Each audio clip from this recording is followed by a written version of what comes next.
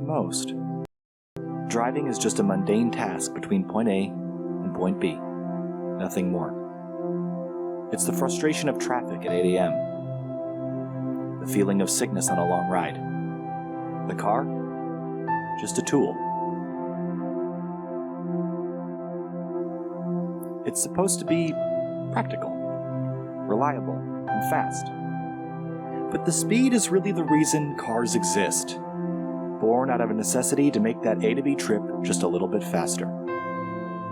Some have a deeper connection with cars, found somewhere in the bond of man and machine, a desire to be part of something bigger than yourself. It's the extension of mind and body to something more exciting than just another appliance. And these people never cared about practicality or reliability. To them, the only thing that matters is speed. We're born with a competitive nature, part of a biological necessity that has not yet worn off with time. People have raced for thousands of years, and that competition has transcended history and found its way to the industrial age. Railroads raced to build across the country, replacing the horses whose strength is still used as a benchmark for power today. And as personal vehicles became popular, the railroads died off. What once was the quickest way across the country became snail's pace in comparison. The interstate highway system expanded and cars populated every driveway. And the competition between types of transport quickly transitioned into the race to have the fastest car. Bragging rights. Manufacturers like Porsche, Ferrari, and BMW emerged in auto racing, each trying to one-up the other. Building engines became an arms race. Who could build the fastest dinosaur-powered Lancer? So while the passion for cars has died for most, there are still people that are fascinated by racing. The sights, the sounds, the smell of burning rubber and spent race fuel lingering in the air, this is what attracts us to the sport of auto racing. We are empowered by drivers that climb in impossibly fast cars and put everything on the line for the sake of competition. Drivers who know that one slip-up can lead to disaster.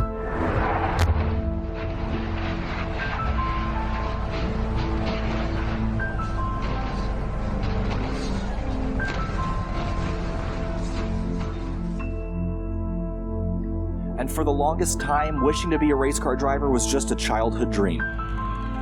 All we could ever be was a spectator. Opportunities? Limited and expensive. Reserved only for the who's who of the racing world.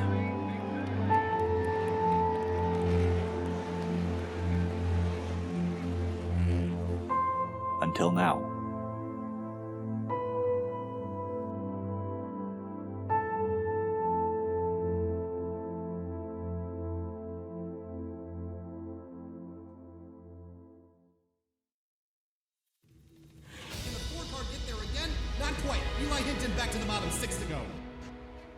Makes a mistake again. He missed a shift. He's going to spin to the inside turn. He's going to take the lead.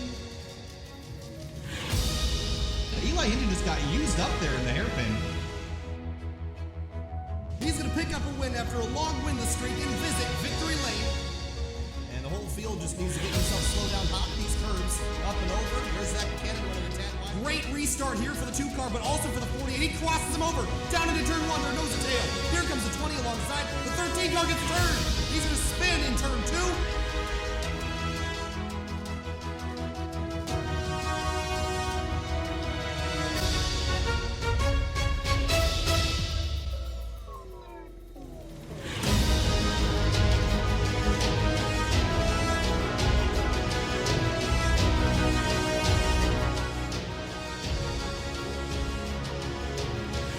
A month ago, 35 drivers took to Virginia International Raceway to do battle in the first of 11 rounds in the 2019 SPEC MX-5 SimRacing Challenge. Now we head to Summit Point Motorsports Park for round 2. At the end of the season, one talented driver will have the opportunity to test a real SPEC MX-5 race car, participate at a track day with full team support, or take a 2-day racing school courtesy of LevelUp Racing. And Finian, It's time for round number 2. We saw some spectacular racing. Robert Hartley and DJ Alessandrini, the winners of race 1 and race 2 at VIR a few weeks ago. But now we head to Summit Point, a smaller racetrack, a tighter racetrack, but certainly just as much fun. Yeah, indeed. It should be on for a great show here tonight from Summit Point. Very, very good track for MX-5s. We've seen several different series come here with the MX-5s, the newer generation, the ND Miata. And they put on some spectacular racing, but I expect pretty much the same with the NC. And remember that we are here tonight in the iRacing.com motorsport simulation service, and all the links to iRacing and all of the sponsors involved in this project you can find in the video description, including LevelUp Racing School, WeatherTech, and others, Winding Road Racing as well. But all these sponsors have come on board to help us out and to provide over $4,000 each of the 3 different prizes that the season end winner can win. So again, we want to thank WeatherTech for coming on board for that, as well as LevelUp Racing School and Winding Road Racing. Again, my name is Kyle Heyer, and I'm here with Finian Dcunha. We are members of SYM TV, and Finian, we're from a much smaller YouTube channel over at youtube.com/SYM TV Broadcasting. But it's been a phenomenal show so far with these guys, but we're still a long way left to go in the season. And again, sim racing here in iRacing, bringing what is on track in real life to the simulated world to bring up new talent for the real-life SPEC MX-5 Challenge Series. Yeah, indeed. And we see some familiar faces here from last week, too, up towards the top of the charts. They're doing pretty well so far. Here we're looking at... I thought you were going to cut to David Wilson, but yeah. No one's on track right now. So the drivers' meeting is underway right now. In 5 minutes, we'll go qualifying for about 15 minutes. Then we'll go racing. Let's take a look at our format here for the night.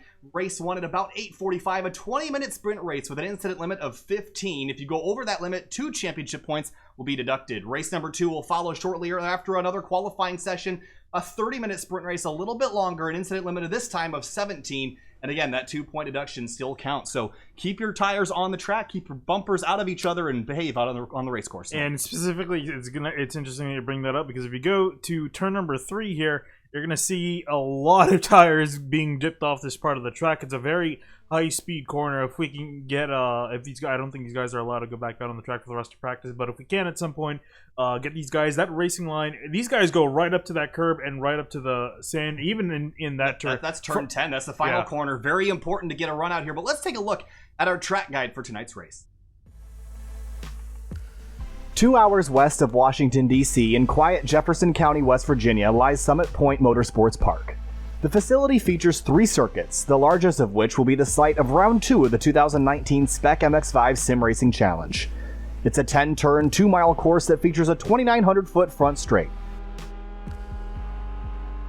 Down into turn 1, drivers will brake over 115 miles per hour from 5th gear down to 3rd, making the hard right that unwinds into a shallow turn 2.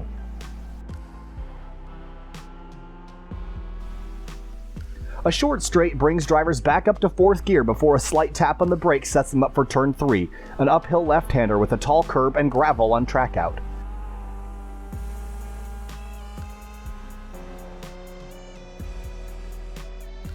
At the top of the crest, the cars will follow gravity downhill to turn 5, where again drivers will shift down to 2nd gear before slinging the car through the slow and twisty section known as the carousel.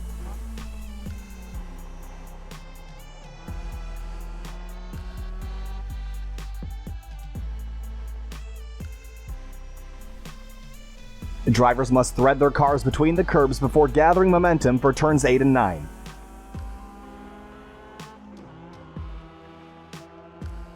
The final corner, turn 10, is a 4th gear right-hander, and this is perhaps the most important corner on the course. It has a few feet of rumble strip runoff, and every inch will be used to gather a run down the front straightaway to set up passing opportunities down into turn 1.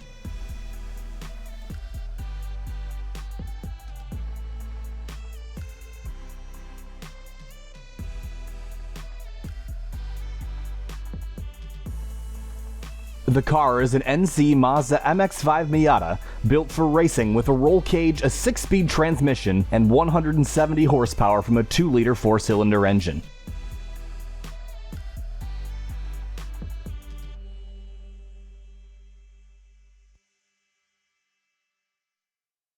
Welcome back live here to SYM TV and Winding Road Magazine. And you just saw the track guide here, Finian. We're looking right now at turn number 9 after the S's and the carousel. And much like VIR a couple weeks ago, this track is extremely narrow in certain parts, but it also gets wide and especially long on the front straightaway. And the draft will be extremely important down that straightaway. We saw that come into play at VIR. And that almost let Matt Busa's number 34 car get around DJ Alessandrini in the closing laps of that one, but it didn't happen, and Alessandrini was able to capture the race 2 victory. But take a look at our practice speeds right now, right on top of the board. It's going to be Matt Busa in the 34 and DJ Alessandrini in the 91. So trading spots here for the practice speeds. Keep an eye on those gold names in the ticker. Those are pro drivers, drivers that have real-world racing experience. There are 2 of them in the field tonight. One of them being Wyatt Good and the other one being Jackson Robillard. We'll talk to him before race number 2. And Robillard is a driver in the Real World Global MX-5 Cup Series sponsored by Battery Tender. And they just raced at COTA last weekend at Circuit of the Americas down in Austin, Texas. And interesting to note, I didn't know this today, Finian, but he was driving the ND1 version of the MX-5 Cup car, the one that has a little bit less power than the new one. Oh. And that would explain why there was such big speed differences. Oh, okay. I didn't realize that they had I thought they were all exactly the same, but I guess not. That's an interesting fact. Yeah, so they were kind of running a multi-class format a little bit there. So again, and Robillard is nice enough to talk to us again. Competes in the real life Global Mazda Cup Series, but those are with the ND Miata. Finian, we saw in the track and car guide that we're running the NC, a little bit heavier, but also a tick more horsepower than those ND1 Miatas have. But Jackson Robillard, extremely talented. In practice, only 29th, but I expect to see a lot more out of him for the race. And also a little less stable, too, compared to the ND. The ND noticeably... It's very noticeably on how much more it's stabilized on the track. More nimble, yeah. I'll say. Yeah, you can really throw it into a lot of corners. You have to be a lot more careful in the NC. I would say the NC is harder to drive than the ND by a significant amount, too. So these guys got to be a little bit careful here on some of the corners. Let's take a look at our conditions for tonight, Finian. 67 in the air, 89 on the track, wind 14 miles an hour, partly cloudy skies. A beautiful day for racing, even in the simulated world where we have all the control that we need. We put on good racing. Checkered flag flies for practice. We're going to go for qualifying now, where drivers are going to try to set down their fastest lap that they can in the provided 15 minutes. And then we'll line them up and go racing for 20 minutes. And we'll determine the winner of race number 1. And already, drivers going to be getting out on track. You want to take as much time as you can. You got 15 minutes to lay down a flyer here, Finian. What you got your eye on for qualifying? I think in every single time I see him get inside a Miata, I think it's got to be DJ Alessandrini. Probably one of the fastest guys we've seen in this series of car, both the old one and the new one. He's just wicked fast no matter where he goes. And we're looking currently at Matt Busa in the 34, who's also another driver we're going to be looking out for. Yeah, look at this traffic jam leaving pit road here for qualifying. Drafting going to be exorbitantly important here to get a good lap time. It's worth a couple tenths, actually quite a few more than a few tenths on this front straightaway. It's 2,900 feet long, Finian. That's over half a mile. And drivers going to be using that to their advantage on the front straight. They can land a plane on it. Pretty much. I mean, at that point, that bright magenta car in the middle of your screen, that's Matt Busa's 34, driving for Williams Esports, and came so close to winning. I think it was about a tenth away from winning race number 2 at VIR, so we'll keep an eye on him. But you mentioned DJ Alessandrini, who was our race 2 winner in that number 91 car, the blue MX-5 that we're watching right now, and certainly he's going to be a threat, and also running this year's new Grid Life Touring Cup. And if we can, since we got cars on the track, we go ahead turn through here. Wait for, I'm sure we'll see a few of them pass by. Hopefully, a few of them pass by. I think the flight has already left here. We'll catch them next time by. See, now the field working their way through the S's, and this is kind of threading the needle with these cars. Remember, the newer car, the ND Miata, a bit more nimble than these things. So kind of threading the needle through here can be tricky. The curbs are tall. You don't want to be on the curbs. There's Samuel Scott's number 98 as we start qualifying here at Summit Point Motorsports Park for round 2 of the 2019 SPEC MX-5 SimRacing Challenge. And the whole field running nose to tail, trying to draft off each other. But you don't want to get slowed down in the corners. You got to get yourself sorted out by how quick you think each other is. Yeah, I was going to say, and it's going to be, and you got to anticipate that. I think you're going to see you guys trying to lay back a little bit more than they should to make sure that they don't run up into the guy in front of them, potentially a slower driver, and then their lap time gets ruined from that. So they got to time it, they got to plan it out. There's a lot of strategy involved in this.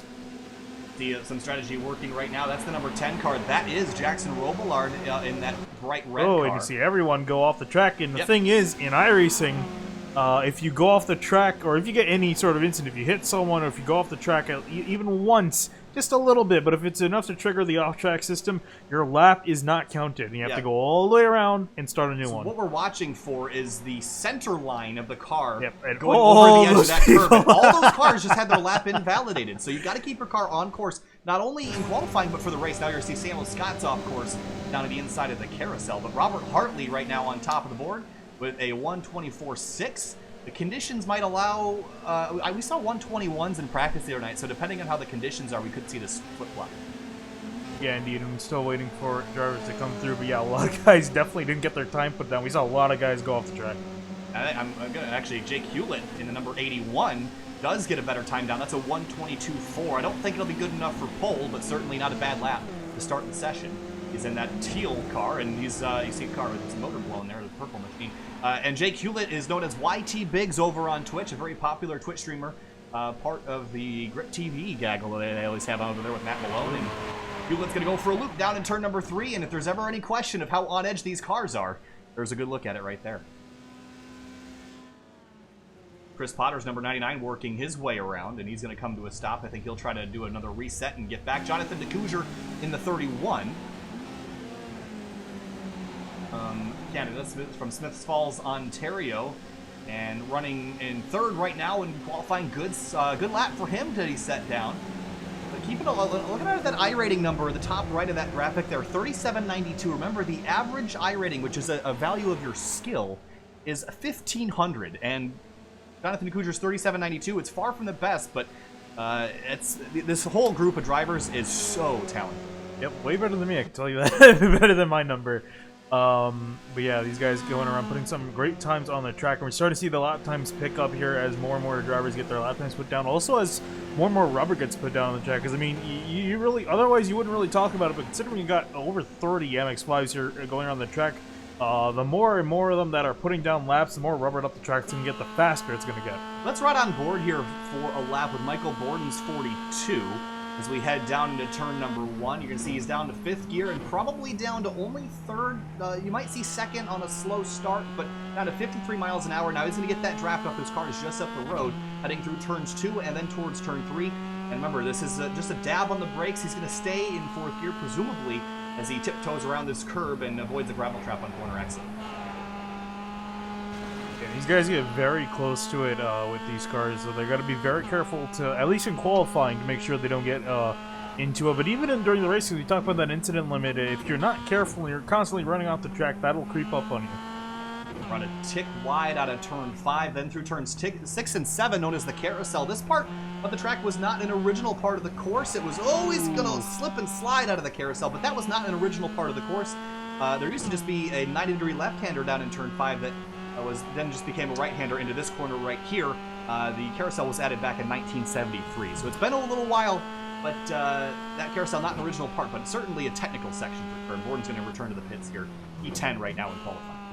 I think he decided to abandon this lap. I think he's going to go reset the car and go back out there for a new flying lap. There's a big gaggle of race cars heading their way up towards turn 3 as we try to get a look. I think Allison Drini is in that pack. And you're right about that. You see a lot of drivers peeling off, but one of the drivers I had my eye on is Chris Hens, 33, right now on provisional pole with a 122.1. And again, we saw 121s in practice, but that was a lot longer. The track was able to get rubbered in more, but Hen working his way down through turn number 5 at the moment. Of course. Yeah, I think he's going to also abandon his lap. And I think you're going to see a lot of these guys do it. They're starting a lap, then they'll probably mess up a few corners, and they'll, instead of continuing it on, they'll probably just ditch it and get fresh tires put on the car to get a better lap in. Take a look at the current qualifying situation on the left-hand side of your screen. You can see the differences right now. We have 10 cars within 0.4 of a second on back. Looks like Stevens, Potter, Finney, Poe, and Focacci rounding out the top 15. See a little bit of curb usage. They're riding on board now with Jesse Stevens in the 13 car. And Stevens and Nathan Saxon were two guys that had really good runs at VIR but didn't end up with a victory. There was some contact, I believe. Was it Stevens? I think it was Stevens that made contact. Yeah, I think it was him. Pretty sure. Down in turn number 1, off the nose of Travis Schwenke. So, obviously, the Race control took a look at that and decided that Schwenke, I believe Schwenke had to come and serve a penalty. Yeah, I'm pretty sure that's what It was a month ago. It was Yeah. a long time ago. I see Stevens back on the front straightaway here, and pit road exit right by the start-finish line, but taking a look at that start-finish line, Finian, look how deep it is on the straightaway, and that gives you a great opportunity to draft coming out of turn 10 and maybe take a slingshot move, try to steal a win away. Yeah, and you're going to see turn 1, probably one of the most popular passing opportunities here, just because of how long the straightaway is, and how good of a run you can get by drafting off the driver behind you, and I think other turns, turn 5 is another big one. Going down into that technical session, that's another big passing opportunity. As you see at the top right-hand side of your screen, there is the Winding Road Racing logo, and we want to extend another huge thank you to Winding Road for allowing us to use their YouTube channel as a platform to broadcast these races all year long, and they didn't have to do this, but they did, and we're extremely gracious of them, and especially to Tom Martin, who sent us some t-shirts, which he also didn't have to do, which were really nice. And those are very nice t-shirts, they're I gotta excellent say. t-shirts. So if you want one, go to windingroadracing.com, get yourself one of those fancy t-shirts. They are awesome. And again, of course, Rick Motek on board, providing awesome hardware. And again, links in the description. LevelUp Racing School providing one of the season-end prizes. And I want to do a racing school. I'm jealous whoever gets to win it. But again, a lot of talent here that neither of us have. That's why we're up here in the booth and not down on the track. And yeah, I mean, you just can't get over how much, there's a lot of talent in this field from these drivers. Some of the best on the iRacing service are here tonight duking it out. And I think definitely the indication of some of the pro drivers we have here too really show how good the field is. I've been looking for Robert Hartley. Yeah, he's in 10th place. I'm kind of surprised he hasn't been able to put in a better lap, but we'll watch him this time. It looks like he's got someone to draft off of, so I think here he'd be able to put in a solid lap. Yeah, we'll ride on board here through turn 3 and keep an eye on Hartley. But again, let's take a look at Hartley as he works his way through here. 9,700 iRating, one of the highest in iRacing. He's on the first page of the world records of iRating. That's how you know a guy is good, and he showed it winning race 1 of round 1 at VIR a month ago. And currently in behind Jonathan Dcunha. He's a little bit slower than we see him get up to him, and yeah, I think now he's starting. Ooh! Whoa! Dives to the inside of Dcunha, and I think Dcunha got out of the way just in time. And he's gonna. No, I don't know if that was a 1x or not, but he definitely slowed him down. I think he's gonna have to go in for another lap. Which is so frustrating. You only have about 5 minutes left to get a lap time in. He can only really get about 3 more laps, and the big thing too is look ahead. He's got clear track, which is not what you want in qualifying. Yep. And he's gonna come in. Yeah, and probably get some fresh tires on that and go back out. Swing into the pits and get some fresh Yokohama tires on that car as we head back out to find another driver to follow. And let's take a look at, how about Chris Potter's number 99? He's in a drafting battle right now. That's Paul Darling, and these two are familiar with each other. They both have competed in the Washington, D.C. region SCCA iRacing League as well as the Grid Life iRacers League, and both of them are quite familiar with each other on track. Yeah, indeed. You see Chris Potter. There goes Paul Darling. I think Darling decided to abandon his lap, but Chris Potter's still going around. We'll see what lap time he puts in. Potter's number 99 working its way onto another back straight underneath the bridge, and he's going to pull off as well. So a lot of drivers kind of abandoning the laps here, Finney. Looks like the tire wear, or the goodness in the tires really goes away quickly. Here's Matt Busa in the 34. We talked about him, and is that... no, Chris Henn's back a little ways, but Busa trying to improve. He's 35 thousandths of a second away from having pole here. He's got to wrench it away from Chris Henn to do it. I'm sure he's glad he's not in the actual Williams. There it is. I had to see it. They're not going to like that. Anyway, we also will note that we've had another pro join the session. It's Dakota Dickerson in the 43. Didn't finish either of the 2 races in round number 1, so trying to improve on that tonight. One of the pro drivers, again, highlighted in gold on the ticker and ineligible for the season-end prizes, but here just for fun and to let the other guys race against the pros. Yeah, and also we have, I'm not sure if you mentioned it before, White Gooden. Yep, White Gooden. Yep. Has not put a lap in yet, so... And the only one to have not put in a lap or is not out on track trying to set a lap. Dakota Dickerson hasn't set a lap either, but he's on track at least attempting. So 2 minutes and 50 seconds remaining here tonight in qualifying for race number 1. Remember, we do this for race number 2 as well, but don't go away after race 1 because we have a special interview with Global Mazda Cup driver Jackson Robillard. And also we have some words from our sponsors, and also new for SYM TV, we're going to self-plug here for a second. The guys from Grid Life invited us to go out and commentate real-world racing at the Grid Life Touring Cup in May at Gingerman Raceway and September at Road America. And to be able to fund that trip, we needed a little fundraiser, so we have made SYM TV merchandise. And like we said before, if you want Winding Road Racing merchandise, you can go over to their website. But if you want our merchandise, you got to go to the link that's provided in the description and use code FAST to get access to the store. And be quick, because the store closes on April 7th. Limited time only and limited numbers of merchandise available. So get out there, go get that stuff. Help us get there. We will be videotaping the entire experience and vlogging everything on our channel on youtube.com/SimTV Broadcasting. So keep that in mind. DJ Alessandrini goes third quick here in the 91. Yeah, again, not surprised to see. Really, the entire top three, not surprised to not see them up at the top of the charts. Busa, Hen, and Alessandrini, they're doing a great job, as always. And also even Saxon, Stevens, Hewlett, Bressy, Schwenke, Kucher, all those guys expect to be there. I'm still surprised that Hartley has not been able to prove. It looks like he's going to be back in 10th unless he can put in a final good lap here. Yeah, Busa actually did go quickest, and Robert Hartley to the top of the board. As I say that, he just came across the line. And fast, too. He went 2 tenths faster than Matt Busa. Well, take a look at, if we look down here, Finian, look at the track. It's bathed in shadow. Look at the far left-hand side of your screen, all in shadow up there through the carousel. And that is going to cool down the racetrack a little bit. Remember, it was 90 degrees earlier. It's 87 on track now. So the dynamic skies here with an iRacing changing the conditions and making the track faster as we move on. And it just dropped down to 86. So you can see that it's starting to drop, and it's going to drop quickly, too. Considering that there's pretty much no sunlight out at the moment on the track, so that's really going to affect the handling. And now at the end of qualifying, we're really going to see the times pick up, and the guys who are out on track and in good position, they're going to improve their lap times. It's dark out there, Finian, and that's a good thing for the grip levels, but also not a great thing if you set a lap early and didn't plan on going back out. You're going to get knocked down the order.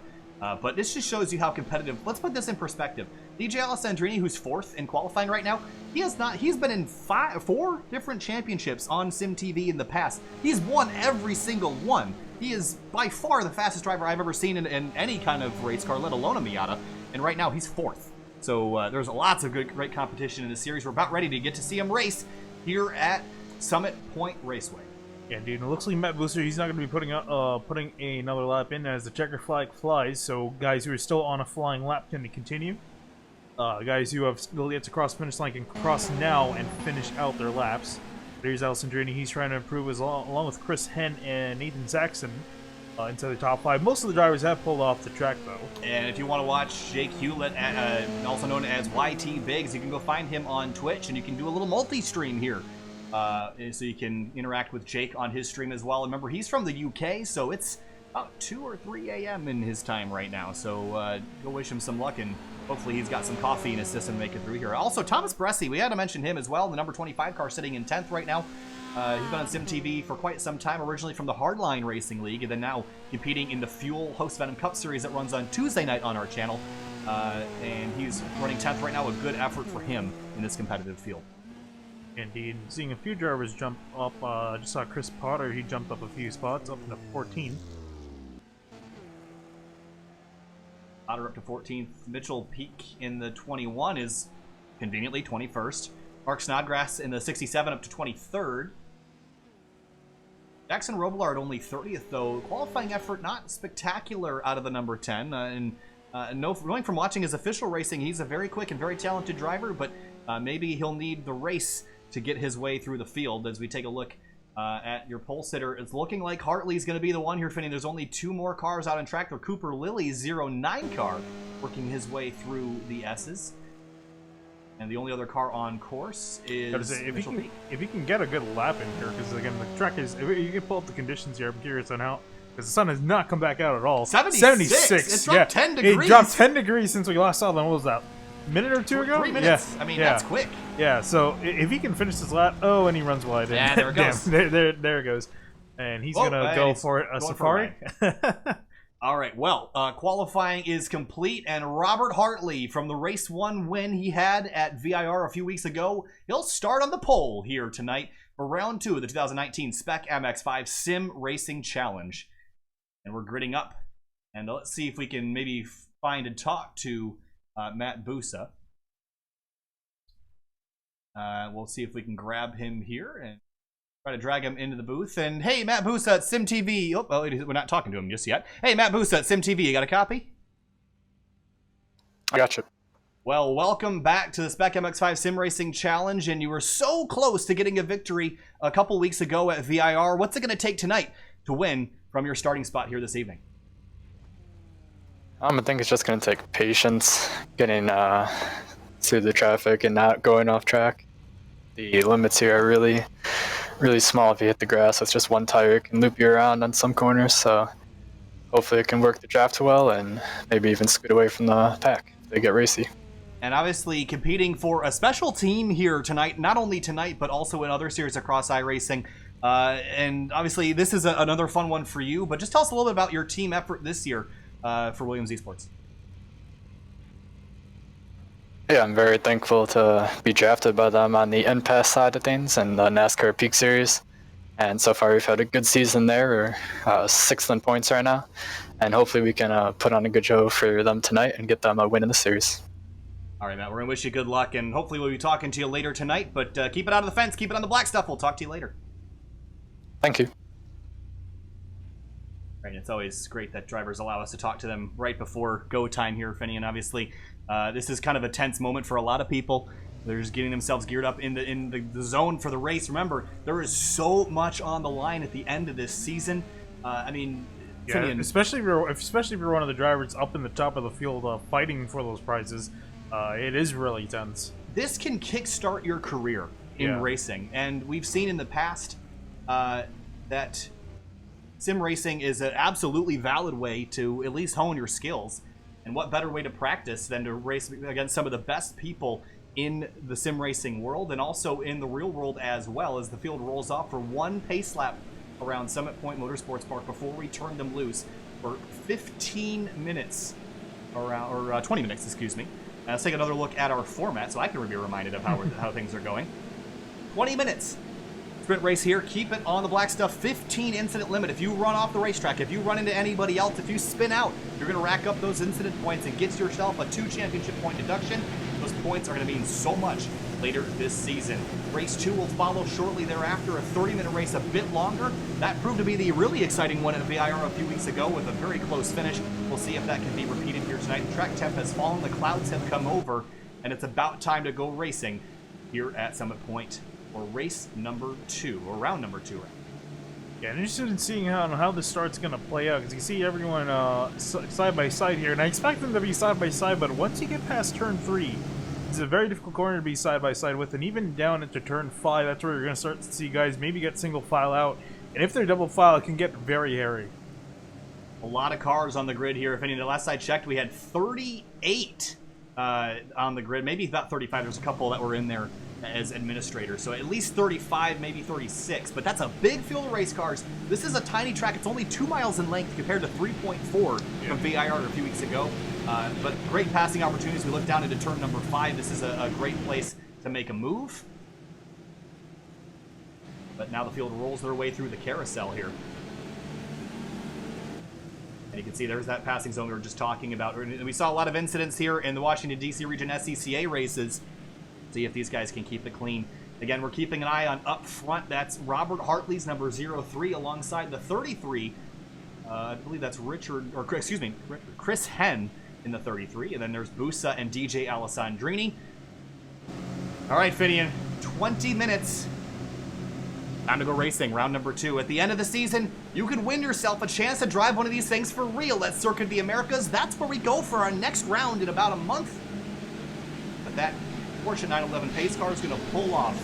Brought to you by LevelUp Racing, Rickmotech, and Winding Road here on SYM TV. Pace car rolls off, coming to the green flag, and it's a long drag race down to the start-finish line here. That 03 Robert Hartley won at VIR a few weeks ago. We'll see. Can he go 2 or 3 here at the SPEC MX-5 Sim Racing Challenge? Green flag flies. We're racing here at Summit Point. You're going to see these guys are 3 wide as they come across the line, and they're racing one big pack. Who's going to make the move here and try to make up some spots? Absolute chaos as we head down to turn 1, 2 by 2. We're about 20 rows deep. And the rest of the field trying to slam on those brakes, get woed down, almost a complete stop towards the back. But up front, Chris Henn is pulled out with the lead for a moment, but Hartley still side by side with them as they work their way towards turn number 3. And a couple slow cars towards the back, but so far incident-free. Yeah, indeed, here they come through turn 3. For the most part, everyone's sorted out. Especially the leaders, they seem to be out. Oh, I say sorted out, but here they come racing. Now you see Alessandrini trying to hold off Matt Busa. Yeah, Alessandrini absolutely used up Busa there as they head down to turn number 5 as they get down to the passing zone. Everyone working their way through now. Chris Henn out up in front, stole it away on the initial start. Robert Hartley falls to second, Alessandrini sitting in third. Yeah, now Alessandrini now trying to set his sights on Robert Hartley and Chris Henn up ahead. Nathan Saxon's number 41 sitting in 6th at the moment. Jake Hewlett in the 81 sitting in 9th as they make their way through to turn number 10. If you're noticing those black boxes, that's an iRacing glitch with an HDR update. We'll try to get that sorted. I think I got to reload for it though, so probably only for race number 2, unfortunately. Really wish they'd fix that and I'd get on their butt about it later. But down on the front straightaway, first lap through, Chris Henn leads it down, and he'll lead the first lap.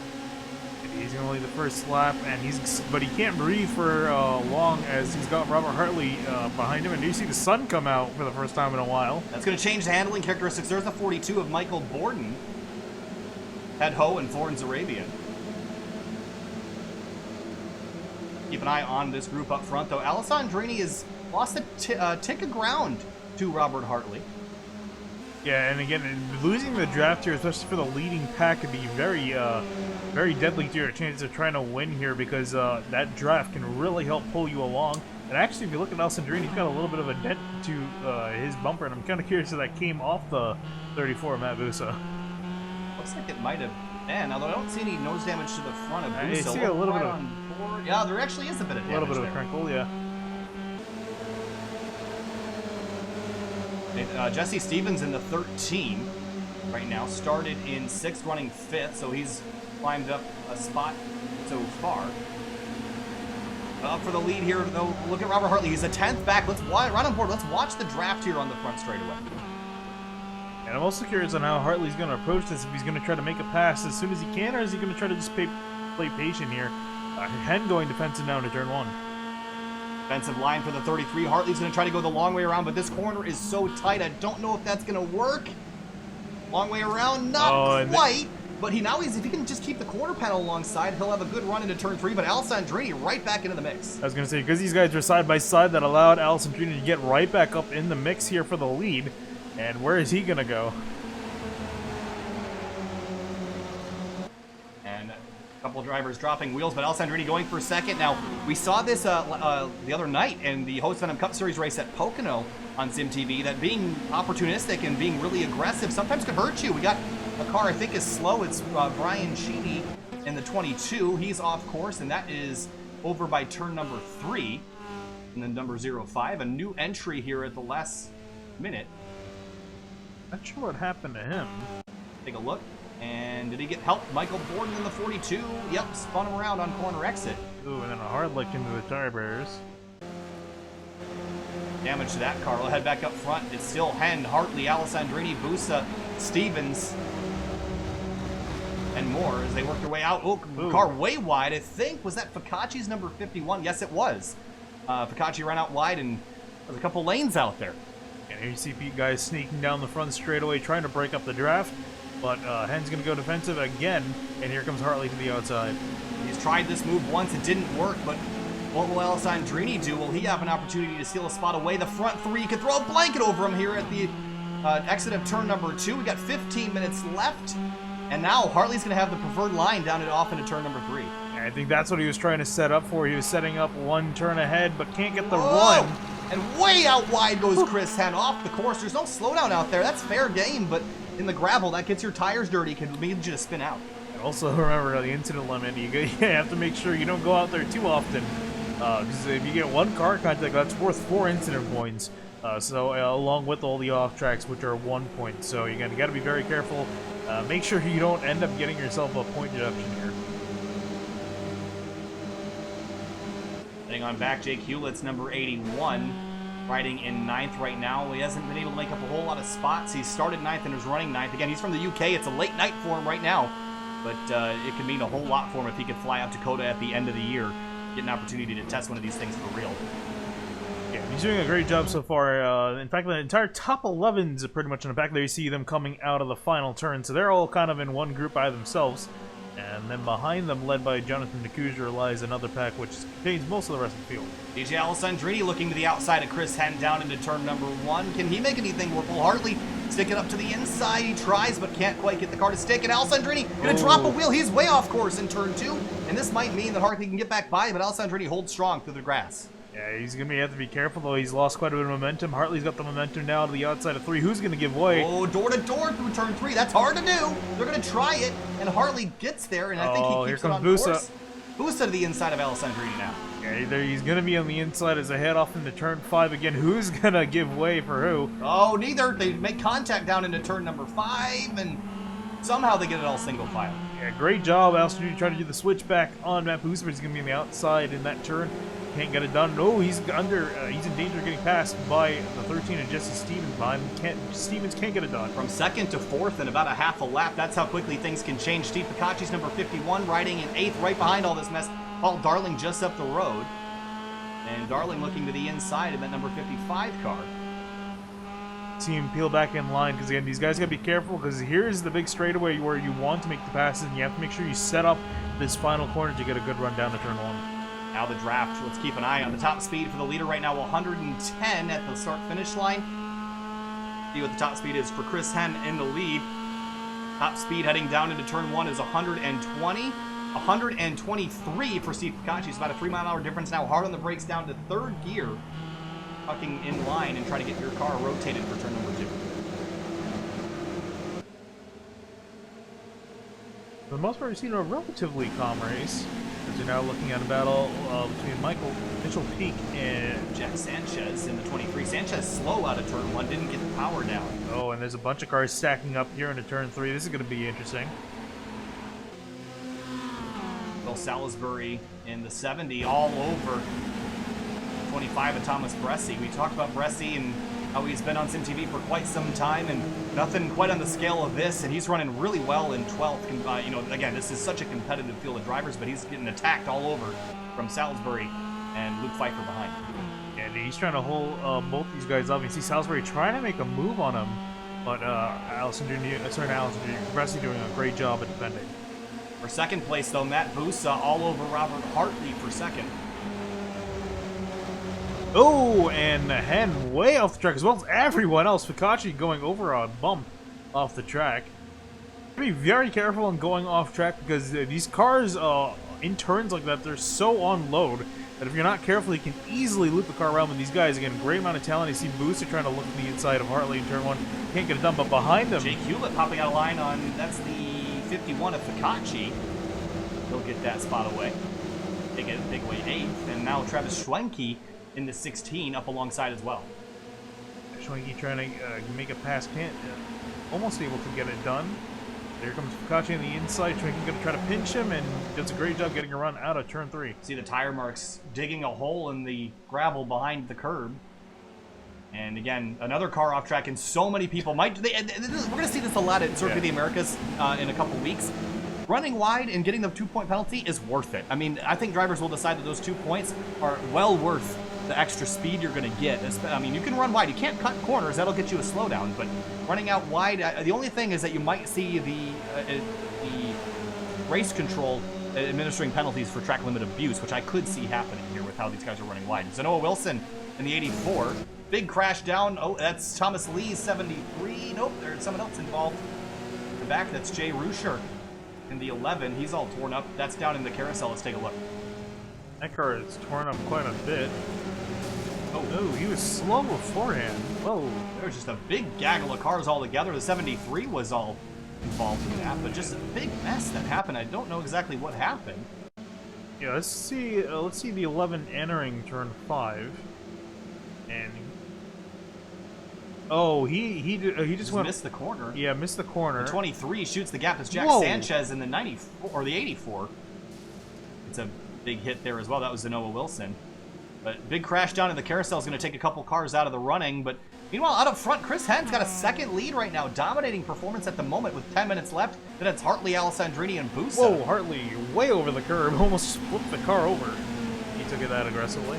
But I think the rest of these guys behind Hen are too busy fighting themselves that I think they're starting to let Hen get away.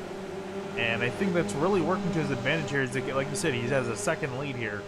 Steve Fakachi, Jonathan Dcunha, Travis Schwenke running 9th, 10th, and 11th behind this storm of drivers up towards the front. How about back here, though, for 26th? James Stacy, 07, Simon Tibbetts, 77, and Thomas Lee's 73. Battling all over the racetrack again. The clouds have returned over the course. And taking a look at our conditions right now, the track temps 95. Remember, it was as low as 76 at the pre-race. And it's only 95 because we were just in quite a bit of sun. We're going to start to see that that temperature go down as this goes on. But here you see boosting onto the outside, Alessandrini. Alessandrini going to look to the inside of Hartley in turn 1. Oh, contact! The 41 flies into the corner and takes out Matt Busa down in turn number 1. And that's going to be huge implications for them. It looks like Busa got the worst of it. Big crash down into turn 1, and that 41 just missed his brake marker, I think. Yeah, he was just way hard on the brakes and just clobbered the 34. And unfortunate for Busa, because he had some bad luck at VAR, if I'm not mistaken, too. Yeah, well, he ran off course a couple times there. He had never actually tested the racetrack before, but Saxon was just in way too deep and then rejoins the racetrack and gets doored again. But just sails it in way too hard on the brakes and way too late on the brakes and just drills the 41's rear bumper. And again, at that point, Saxon, all he can do is just try to slow the car down as much as possible. I think he was trying to shoot for the gap to get off the track to not hit anyone, but unfortunately collected Busa. And that's put Busa now back. I'm trying to find him through the... Busa is sitting in 11th right now, Saxon in 10th. Battle for second, Hartley and DJ Alessandrini. These are your two winners from VIR a few weeks ago. Hartley won the first race, Alessandrini won the second race. Chris Hen was in the mix, but never could quite get there. Right now, they're trying to track him down, but they're not getting anywhere. Quicker still, Hen by 2/10 last time through. Now you have to work together. You saw a bump draft there off on the front straightaway, but now you have to figure out who's quicker and get in line and maybe slingshot each other because Chris Hen is not getting any closer. Yeah, I think they got to make sure that they're not trying to pass each other. Let Alessandrini's got to let Hartley run his line. I think they're both pretty even on speed between both these guys, so if they can just ride in behind each other, catch Hen's draft. They can try to reel him in here as they don't have too much time here. They got about 5 laps left to go. Gotta watch those downshifts. Hartley's out wide and he's gonna drop a wheel and slip. He's gonna lose 1 spot, maybe 2, as Jesse Stevens tries to go around the outside. Stevens looking like a good contender here. He's up in the 4th place, solid job of him. Even Jake Hewlett too, he's up in the 5th. Jackson Robillard, one of our pro drivers in that number 10 machine, up to 19th. Remember where he started, Finian, all the way back in 30th. He's up 11 spots here in just a couple minutes. And even Dakota Dickerson too. He's in 22nd after starting in the back of the pack, so he's moved up quite a few spots. And here you see them now heading to the course, and Robillard there in 19th, like you said, trying to catch up to the rest of the field. I don't think he's going to get too many more spots before the race is over, though. Hartley and Jesse Stevens running nose to tail here down into turn 1. That's Alessandrini in 2nd. And then just behind, there's Paul Darling's number 55. Actually labeled as the 39 in reality, but running behind the 16. 81. Actually, for all intents and purposes, for scoring, he's in the 55. Currently running in 7th, having a good run, as well as Dcunha behind him running in 8th. Both those guys having a great run here tonight. And I've been looking at the gap between Alessandrini and Hartley as they've actually switched places. Alessandrini up in the 2nd place. They haven't been gaining time on Hen, so I think if they really don't start doing something now, they're going to be in trouble. Bill Salisbury, Thomas Bresci fighting for 12th. Luke Pfeiffer just behind in the number 06 car. The whole field working their way through the S's now. This is a high-speed section threading the needle here. And Pfeiffer started in 17th, up 3 spots to 14th. But out up front, though, Finian, no one challenging Chris Hen at the moment. He's just been running quicker every single lap, this time through a 122.846, 122.918 for Alessandrini, and a 122.938 for Robert Hartley. So Chris Henn continues to extend his lead 1.5 seconds. Looks like it's going to be hard. We have 4 laps to go here. And I think it's going to be hard for Henn to, it's going to be hard for Alessandrini to get him, because again, the gap is 1.5 seconds, which is pretty much out of the draft range. So Alessandrini's not going to get any draft off of Henn. He's going to have to drive back up to him to try to get in drafting range to try to build a momentum. There you see side by side the 13, the 81. That's Stevens and Hewlett fighting for 4th place. Just Hartley driving off course just up the road. Look at them door to door for a moment now, down through turn number 4. Over 100 miles an hour, then you got to dance on those brakes and downshift through turn number 5, all the way to 2nd or 3rd gear, depending on the driver. And we saw 2 different drivers get caught out in turn 5 under braking, Hartley and that other driver who got into that wreck. And it's, again, it catches guys out very easily. And here you see side by side with Stevens and Hewlett. Hewlett trying to get the pass done, but again, it's very hard in that section because it switches back constantly between the corners. Pfeiffer and Bresci fighting. Oh, actually, we had a change up here. Bresci up to 11th. He was as far back as 13th, so there's been a bit of a shakeup. Bresci started in 10th, back to 11th now, so he dropped a few spots, but he's clawed his way back forward. Travis Schwenke's number 16. Oh yeah, he was running up there. Now here he's coming to the pits. Major damage to the back rear of that car, the right rear. Yeah, so he's had an incident. Meanwhile, for 4th place, Jesse Stevens and Jake Hewlett. And Jake Hewlett's going places. Yeah, he really is starting to move up, but he's been trying to get around Jesse Stevens, but Stevens has been having none of it, and has been doing a great job holding on to 4th. Oh, slips on the grass on corner entry. He's going to run out wide. He might lose a spot here to Paul Darling, and yes, he will, as Darling goes around him, but I don't know if he'll be able to complete the pass just yet. Let's see, Darling's got the momentum on the outside. Will he be able to hold it into turn 5? And Hewlett's going to try to pinch him down to the apex, and it's still side by side, and I think Hewlett's going to be able to defend him. Great driving by the 81 to keep it on the track, but he's lost all that ground to Stevens that he's got to chase back. And again, guys running out of time as they're coming 2 laps to go. Yeah, again, we're running on time here. 2 minutes and 17 seconds left, so it's going to be 2 laps to go. Chris Henn has a 2-second lead over DJ Alessandrini. What a phenomenal run for this driver here, Finian. And this is looking really good. If he can sweep both rounds, this will be a fantastic points night after having decent runs in race 1 and race 2 last round at VIR. Yeah, indeed. It's some incredible pace out of the 33 to break away from the pack. Very rare thing to do in this type of racing that's very dependent on the draft. So solid job out of the 33. Definitely has shown that he's got the pace to win here. Just so smooth and shifts so nicely and continues to extend his lead. And that time was a half a second quicker than DJ Alessandrini. Let me tell you, you don't just get to be a half a second quicker than Alessandrini. That's really impressive. Mitchell Peak and Jackson Robillard fighting for 18th place right now on course. Some front-end damage to both these cars. They've been in a tussle. And Peak runs wide, and looks like Robillard's going to take away contact out of turn number 1. Yeah, Robillard tries to clear him. Peak gets into him. And Robillard's going to move himself up into 18th. James Stacy and Elijah Croft. This is for 23rd, and Stacy's out on corner exit, drops a wheel off into the dirt. He'll lose that spot to Elijah Croft. We're also on the racetrack. We're kind of getting him sorted out. Chris Potter and Ted Ho. This is for 15th on course. Yeah, these guys trying to duke it out here. There's also Ethan Saxon we saw get into Matt Busa earlier. He's trying to move himself up from 17th. DJ Alessandrini, he's got 2.1 seconds to make up, but I don't think it's going to be enough. White flag in the air. There's one more lap in race number 1. Don't forget, we're not done after this race. We're going to go to a quick break. We're going to talk to some drivers, do qualifying again, go for another race. The next race will be for 30 minutes, but Chris Henn has dominated this one, and he's sitting in a really good spot to sweep both races if he qualifies well for race number 2, out up front by 2.1 seconds and growing, a 10th quicker than Alessandrini last time through.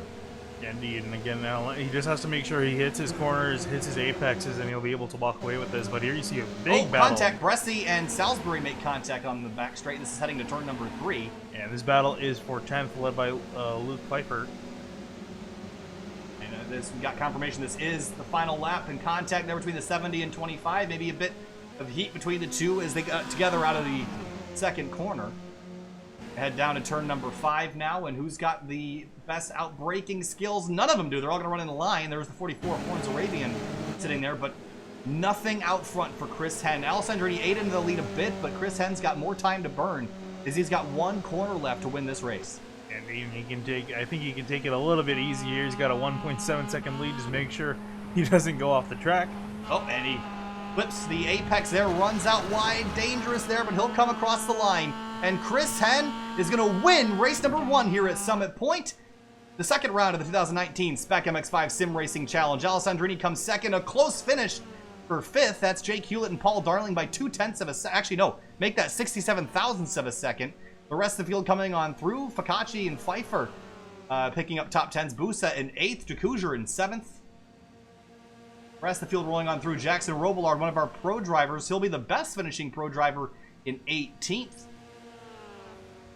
Rest of the field rolling on through. Elijah Croft, 17. There's a battle side by side through the last corner. Back to the start-finish line. The 07 is Stacey. Stacey and Elijah Croft to the line. Who is it going to be? It's me. Elijah Croft. Yeah, nice job there. Oh, and behind them, hello. That's a race to the line. Ooh. Close quarters there, close battling, but no one had anything for Chris Henn across the line. He wins first round. Ooh. And there's a motor blown in the 77 to Simon Tibbett. Oh, don't need any more. We'll need it for race number 2 here in a little bit. All right, cars are rolling off the racetrack. We don't have a whole lot of time till race 2 sets up. We're going to go to break real quick. We'll be back with interviews. Stay with us. We'll be back in a moment.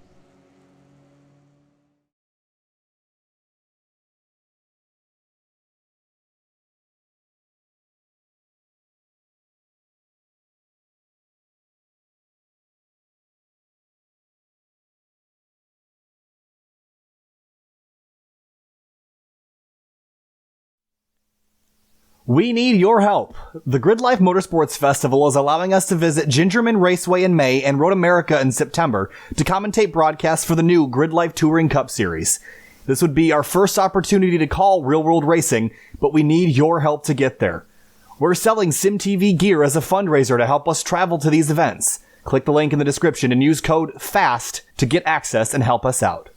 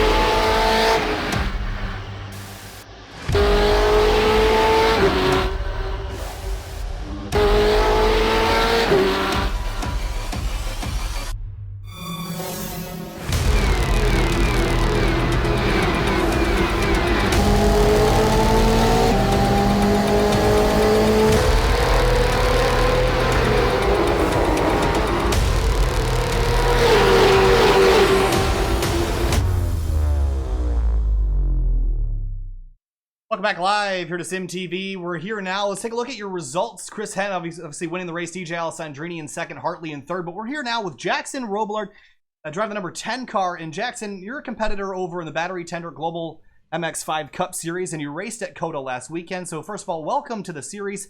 Welcome to iRacing. It's a pleasure having you here. But a couple of things I wanted to ask before we get you off to qualify in race number 2 is in terms of the handling of these race cars. I know we're not running the ND here, but what about the ND over on the official side of things? How close is it? And is it helpful for you to practice in iRacing before you head out to the racetrack? It's very close. It's pretty much the same car. We use it for practice all the time. In fact, when I was practicing for COTA before the event, I ran into 2 of my teammates completely by accident in hosted sessions. That's pretty cool, Jackson. And we saw a spectacular race at Circuit of the Americas. 2 races, actually. And the 2-race format, obviously very interesting. But in terms of the racecraft in general and the competition that iRacing offers, how does it kind of emulate that feeling when you get on the grid in an iRacing race? Is it the same feeling? Is it something you can compare to anything like the Global MX-5 Cup Series, or is it a totally different story? The nerves are definitely there in both. I still get nervous before an iRacing race a little bit, but as far as the relevance of it, it definitely helps to train in iRacing for the racecraft.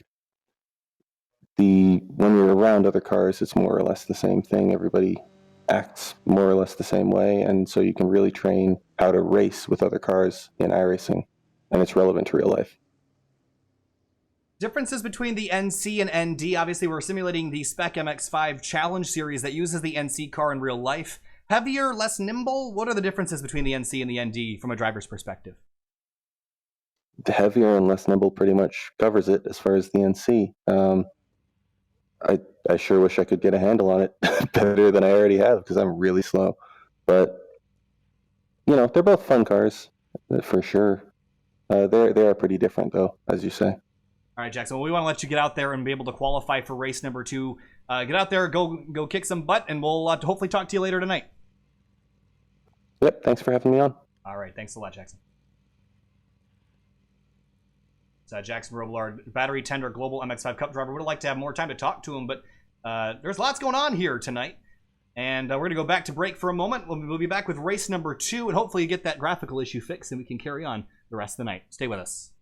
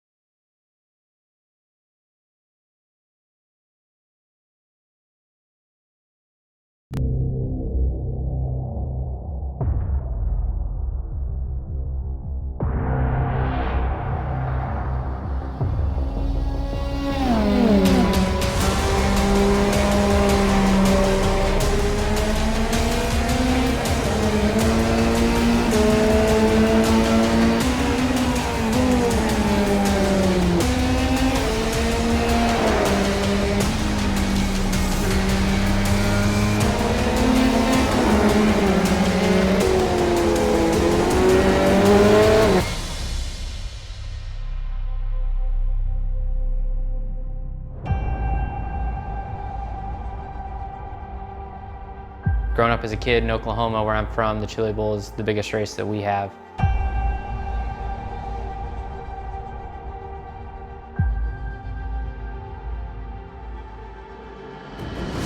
The Chili Bowl has kind of been my favorite race of the year.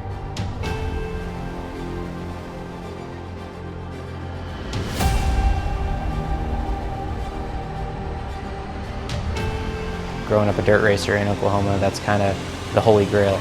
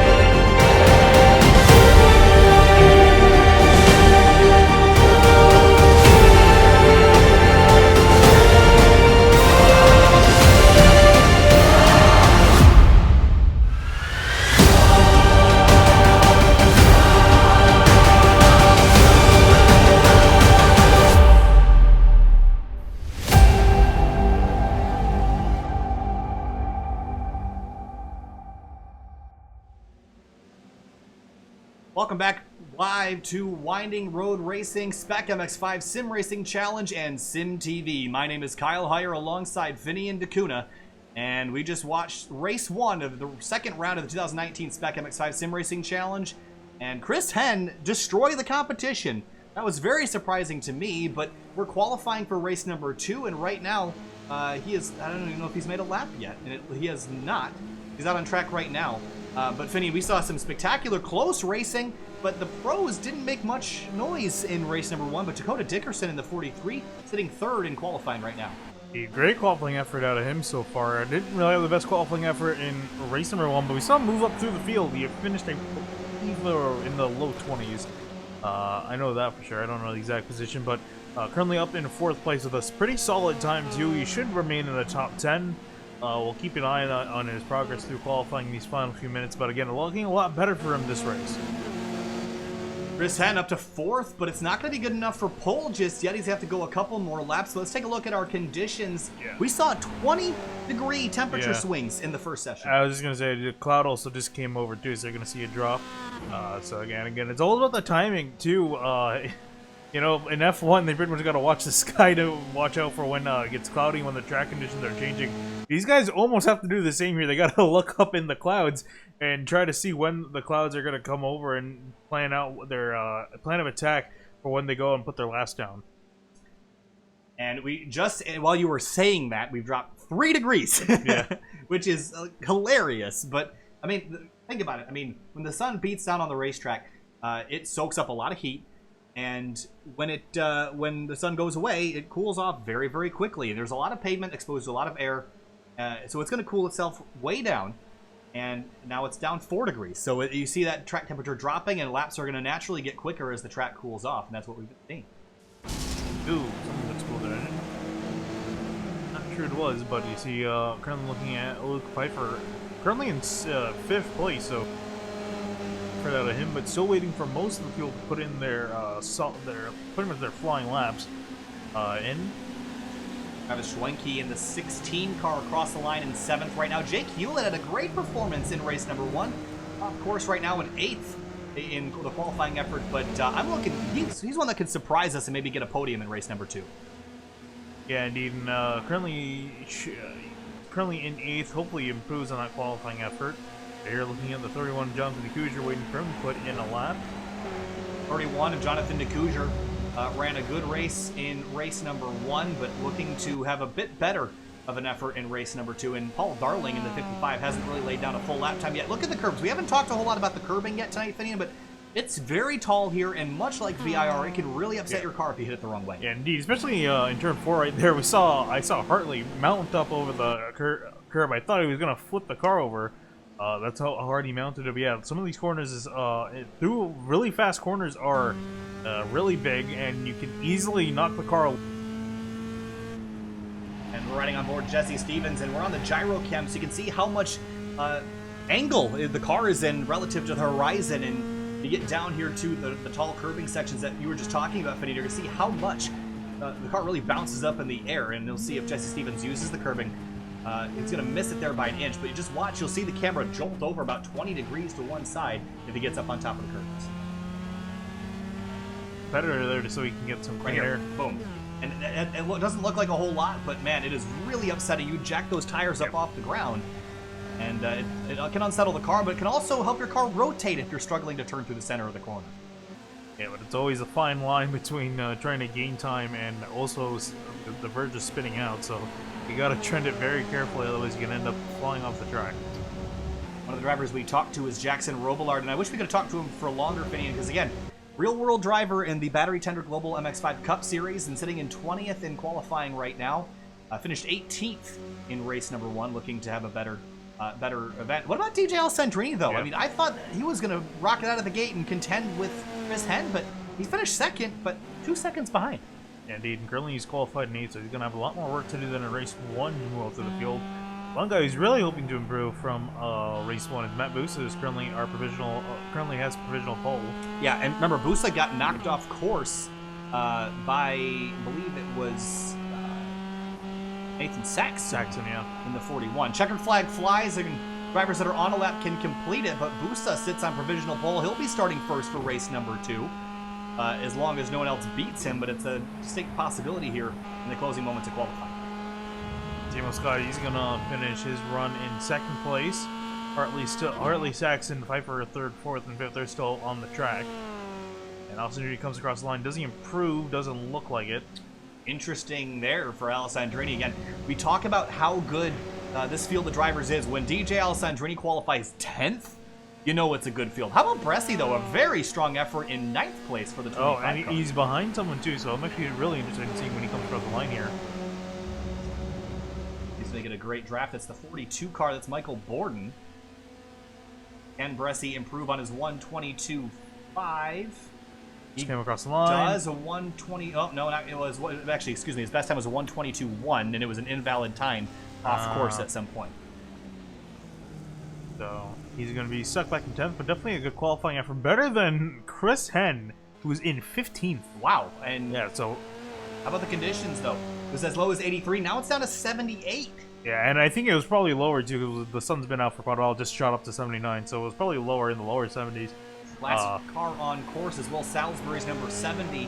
And he had the front end of that thing a bit torn up after race number 1, so hoping to maybe get a cleaner run for race number 2. Again, we didn't get a chance to talk to Chris Henn after the first race, but we're going to talk to them and all of our podium drivers at the end of race number 2. So stick around to hear from the drivers. And before we get gridded up for the second of 2 races here tonight, let's extend another very special thank you to the series sponsors, Rick Motech, excuse me, I can't talk tonight. Rick Motech High Performance Sim Racing Equipment, LevelUp Racing School, and the whole team at Winding Road Racing and Winding Road Magazine for allowing us use of their YouTube channel and being just awesome in general. And again, all the links to all the products and the racing series and everything in the video description, as well as links to our merchandise that is posted as of today. You have until April 7th to buy some merchandise from SYM TV, limited time only, to help us get to Gingerman Raceway and Road America in September to commentate real-world racing from an invite from Grid Life. So we're really excited. We want to be able to do that, but we need your help to do it. We'll click on all the links in the description. What we're going to do from the next round out is we're actually going to have a scavenger hunt. At the sponsors links website, we'll give away a t-shirt at the end of the year to one of those people that participates in the scavenger hunt. So next round is at Circuit of the Americas in about a month. So keep your eye out. Be back here in a month. That link will be posted about a week before the race, so keep your eye out for that. Matt Busa on pole in the 34, and a great effort by him. And how about Jake Hewlett? Again, had a great race in race number 1. Do you think he can do better in race 2? I definitely think so. If he can keep on the track and not make any mistakes. We saw that he had some pace. We definitely picked up towards the end, as he, I believe, came in 5th. So if he can get a good run going up to the front, he should be able to. But I'm definitely also keen on looking at Matt Busa now, being on pole, what he's going to do with it. Matt Busa has a lot of pace. And remember, at VIR a few weeks ago, race 1 was a bit of a disaster, ran off course a couple times. But then we got to race number 2 and ended up doing really well there. And he admitted to us in the post-race interview that he hadn't even tested the track. He hadn't even practiced at all before VIR. And he did extremely well. I think he finished actually he finished second in race number 2. That is what you call quick learning. And Busa sitting on pole for race 2 here at Summit Point Motorsports Park. Indian waiting for the final few drivers. There's Dakota Dickerson getting on the grid. Had a pretty good qualifying effort. I believe is in 6th. So solid effort out of him to move himself. Let's also remind you, while we're doing our 1 pace lap around here, that if you would like this kind of thing, if you're into iRacing, sim racing, broadcasts like this in general, you can go over to youtube.com/SYM TV Broadcasting, SYM TV Broadcasting. And you can find that we stream 5 to 7 days a week with leagues from all over the iRacing platform.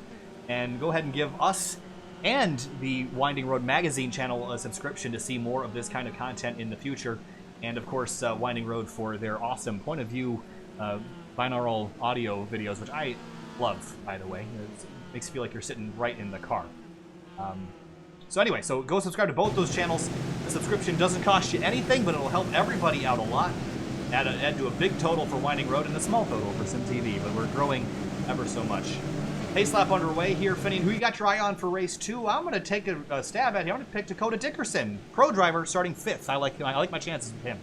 I'm going to do the safe bet. I'm going to pick Matt Busa. I think top out. He had really good pace up until his unfortunate incident with Saxon here, and here he is on pole now. I think he's got the pace. I would have said Chris Hem, but he's stuck back in 15th. He's got a lot of work to do to get back to the front. Oh, let's see. Actually, is Dakota Dickerson actually starting? That's not even correct. He's not starting 5th. He's starting a little ways farther back than that. No, he's starting in, I think that is 8th. 8th points. Well, who else we got our eye on here? Anyone else that can sneak up? Both significantly, a lot of cars didn't qualify. Only 17. That's less than half of our overall starters. That's not correct. Thank you.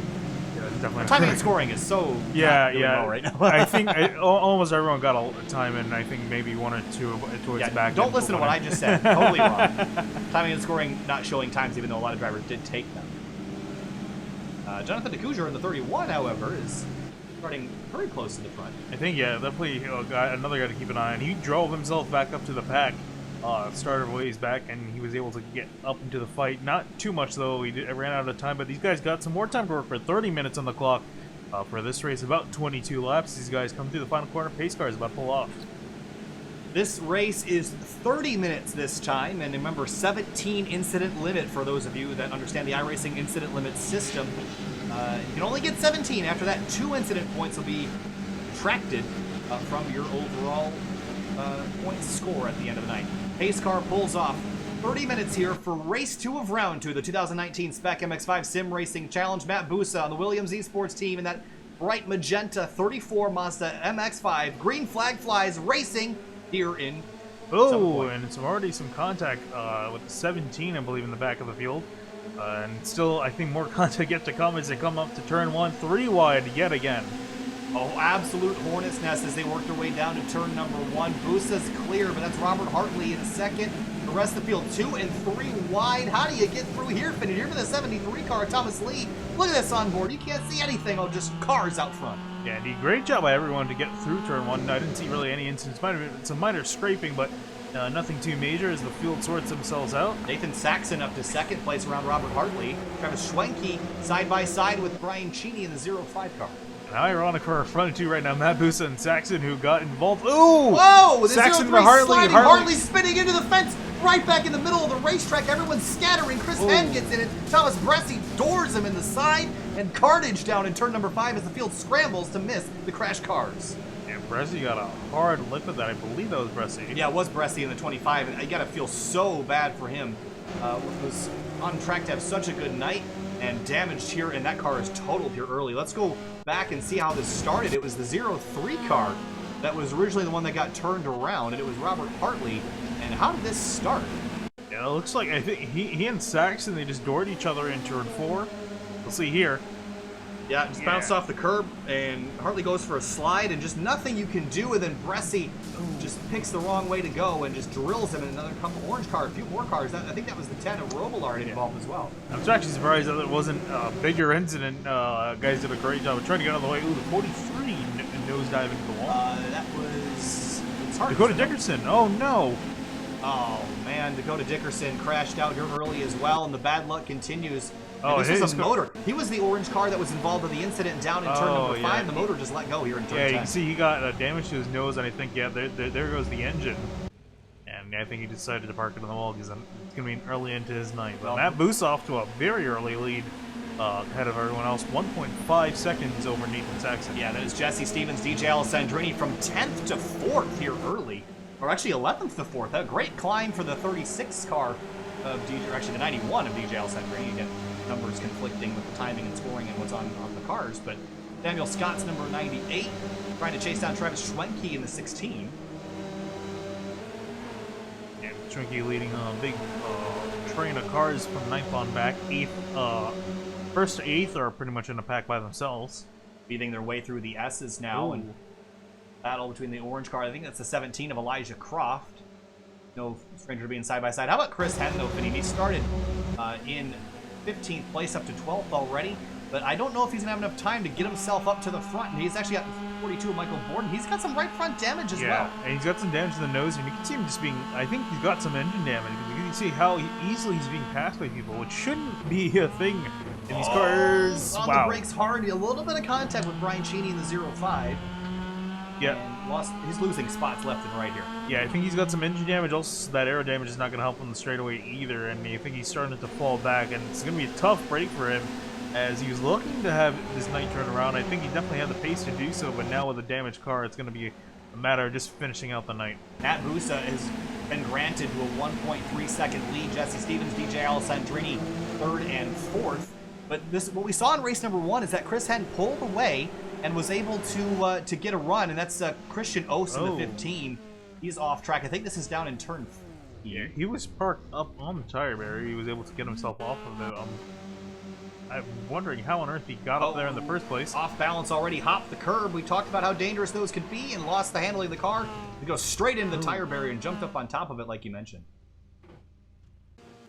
And tough break for him. That car is pretty much going to be toast. Christian toast? I wasn't going to say it. I wasn't going to say it. I knew as soon as I said it. I wasn't going to mention it. Bad break for the 15 car, though. Bad for him. Yeah, that suspension is all sorts of damage. Anyway, what I was saying before Oss went off course, and so rudely interrupted me, was that Matt Busa is 1.1 seconds up the road. They are eating into his lead, but we did see Chris Henn be able to drive away last time. Do you think Busa's going to be able to do the same? Depends. I mean, it kind of depends. We haven't seen him up in the front. We've seen him in the pack, but we haven't seen his true pace by himself. But I mean, qualifying first should be an indicator. If that's anything of an indicator, he's got the pace to be in the front. The question is, again, can Saxon and company chase him down? Steve Picacci in the 51, another carryover from the Scars League, and running in 14th at the moment. Head down to turn number 5. Hard on the brakes from 5th gear down to 3rd. And just up the road, that's Michael Borden in the 42, side by side with Samuel Scott. Maybe a crossover in the carousel for him.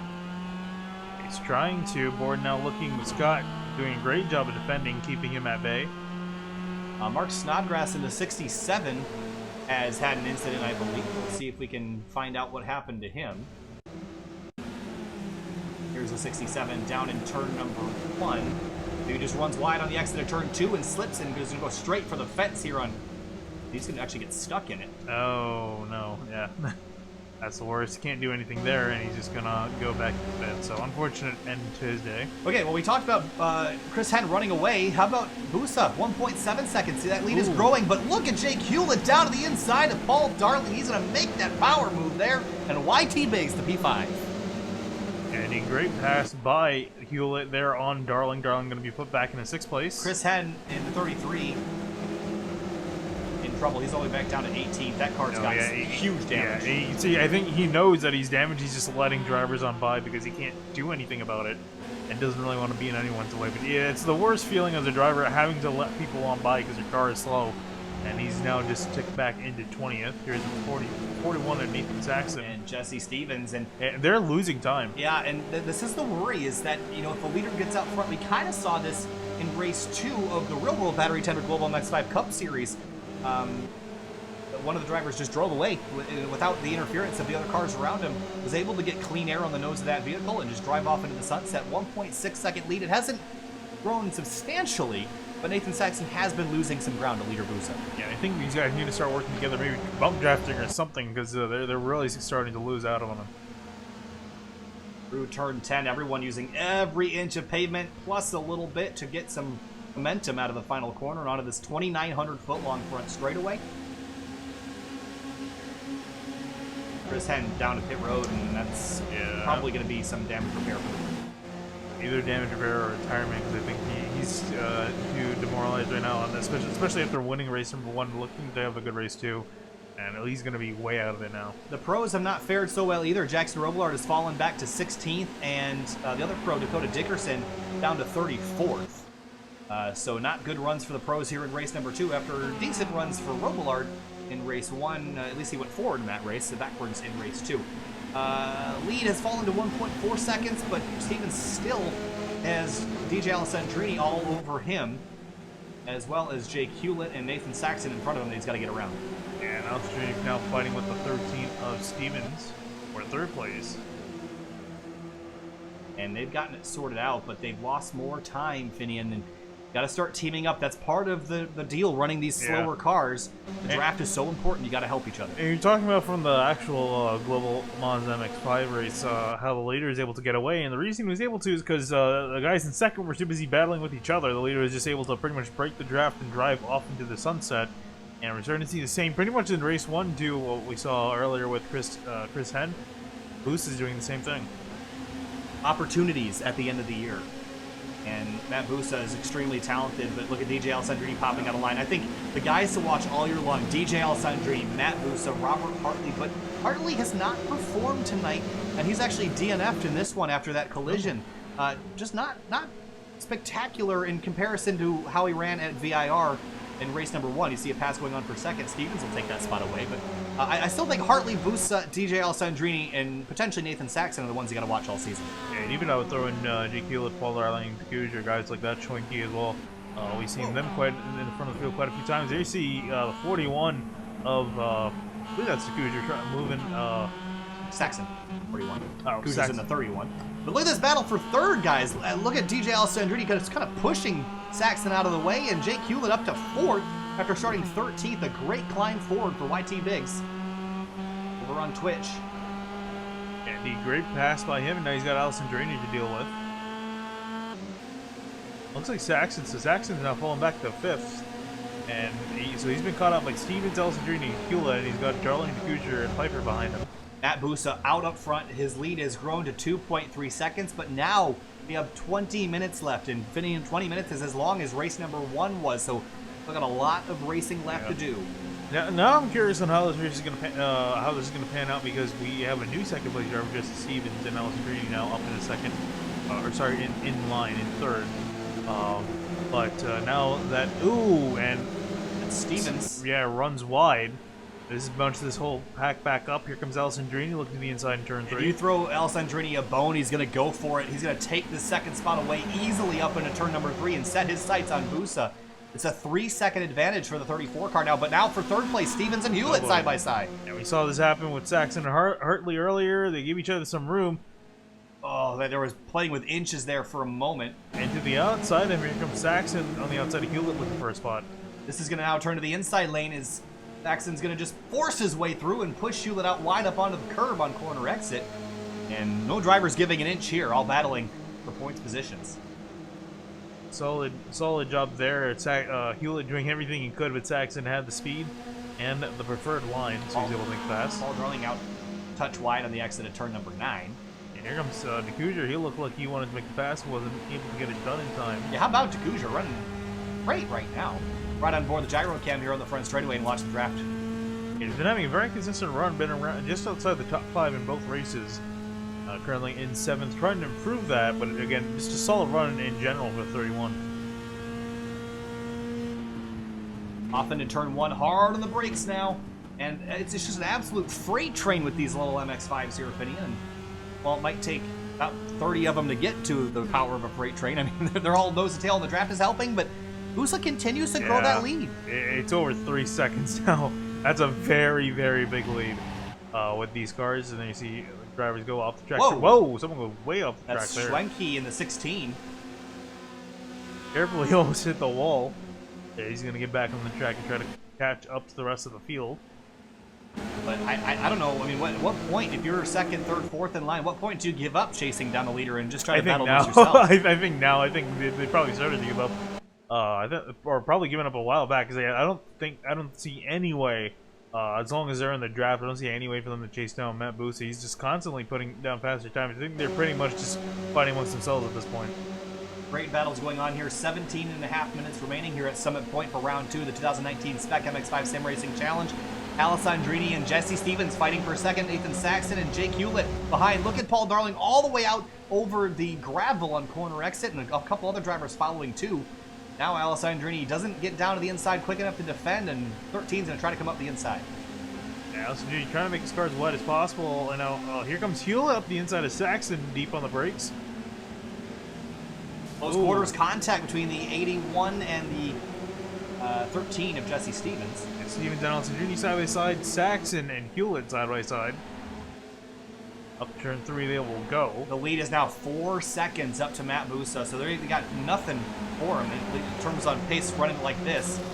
And that is Cougar. That's Luke Pfeiffer in 06. Thank you. That Finian. Down into turn 5, and this is where you get a little bit worried when you're running this close. One little mistake can add up, kind of accordion effect backwards, and get yourself into a big collision. Yeah, and a lot of big names and a lot of good drivers in this group here, so if this is an incident, it's going to take a lot of good drivers out of the race. Hoosier in the 31 sitting in 7th right now. That lead group just up the road is getting away. Jake Hewlett in 4th, looking for more after starting 13th in this race. He's clawed his way forward, and I think he wants just a couple more spots. He's knocking on the door, and I think he honestly, he might have the pace. Try to trail down Matt Busa. At this point in time, I don't think it's going to be enough during the gap is 4 seconds, but definitely think he's got a good shot at taking away second place here.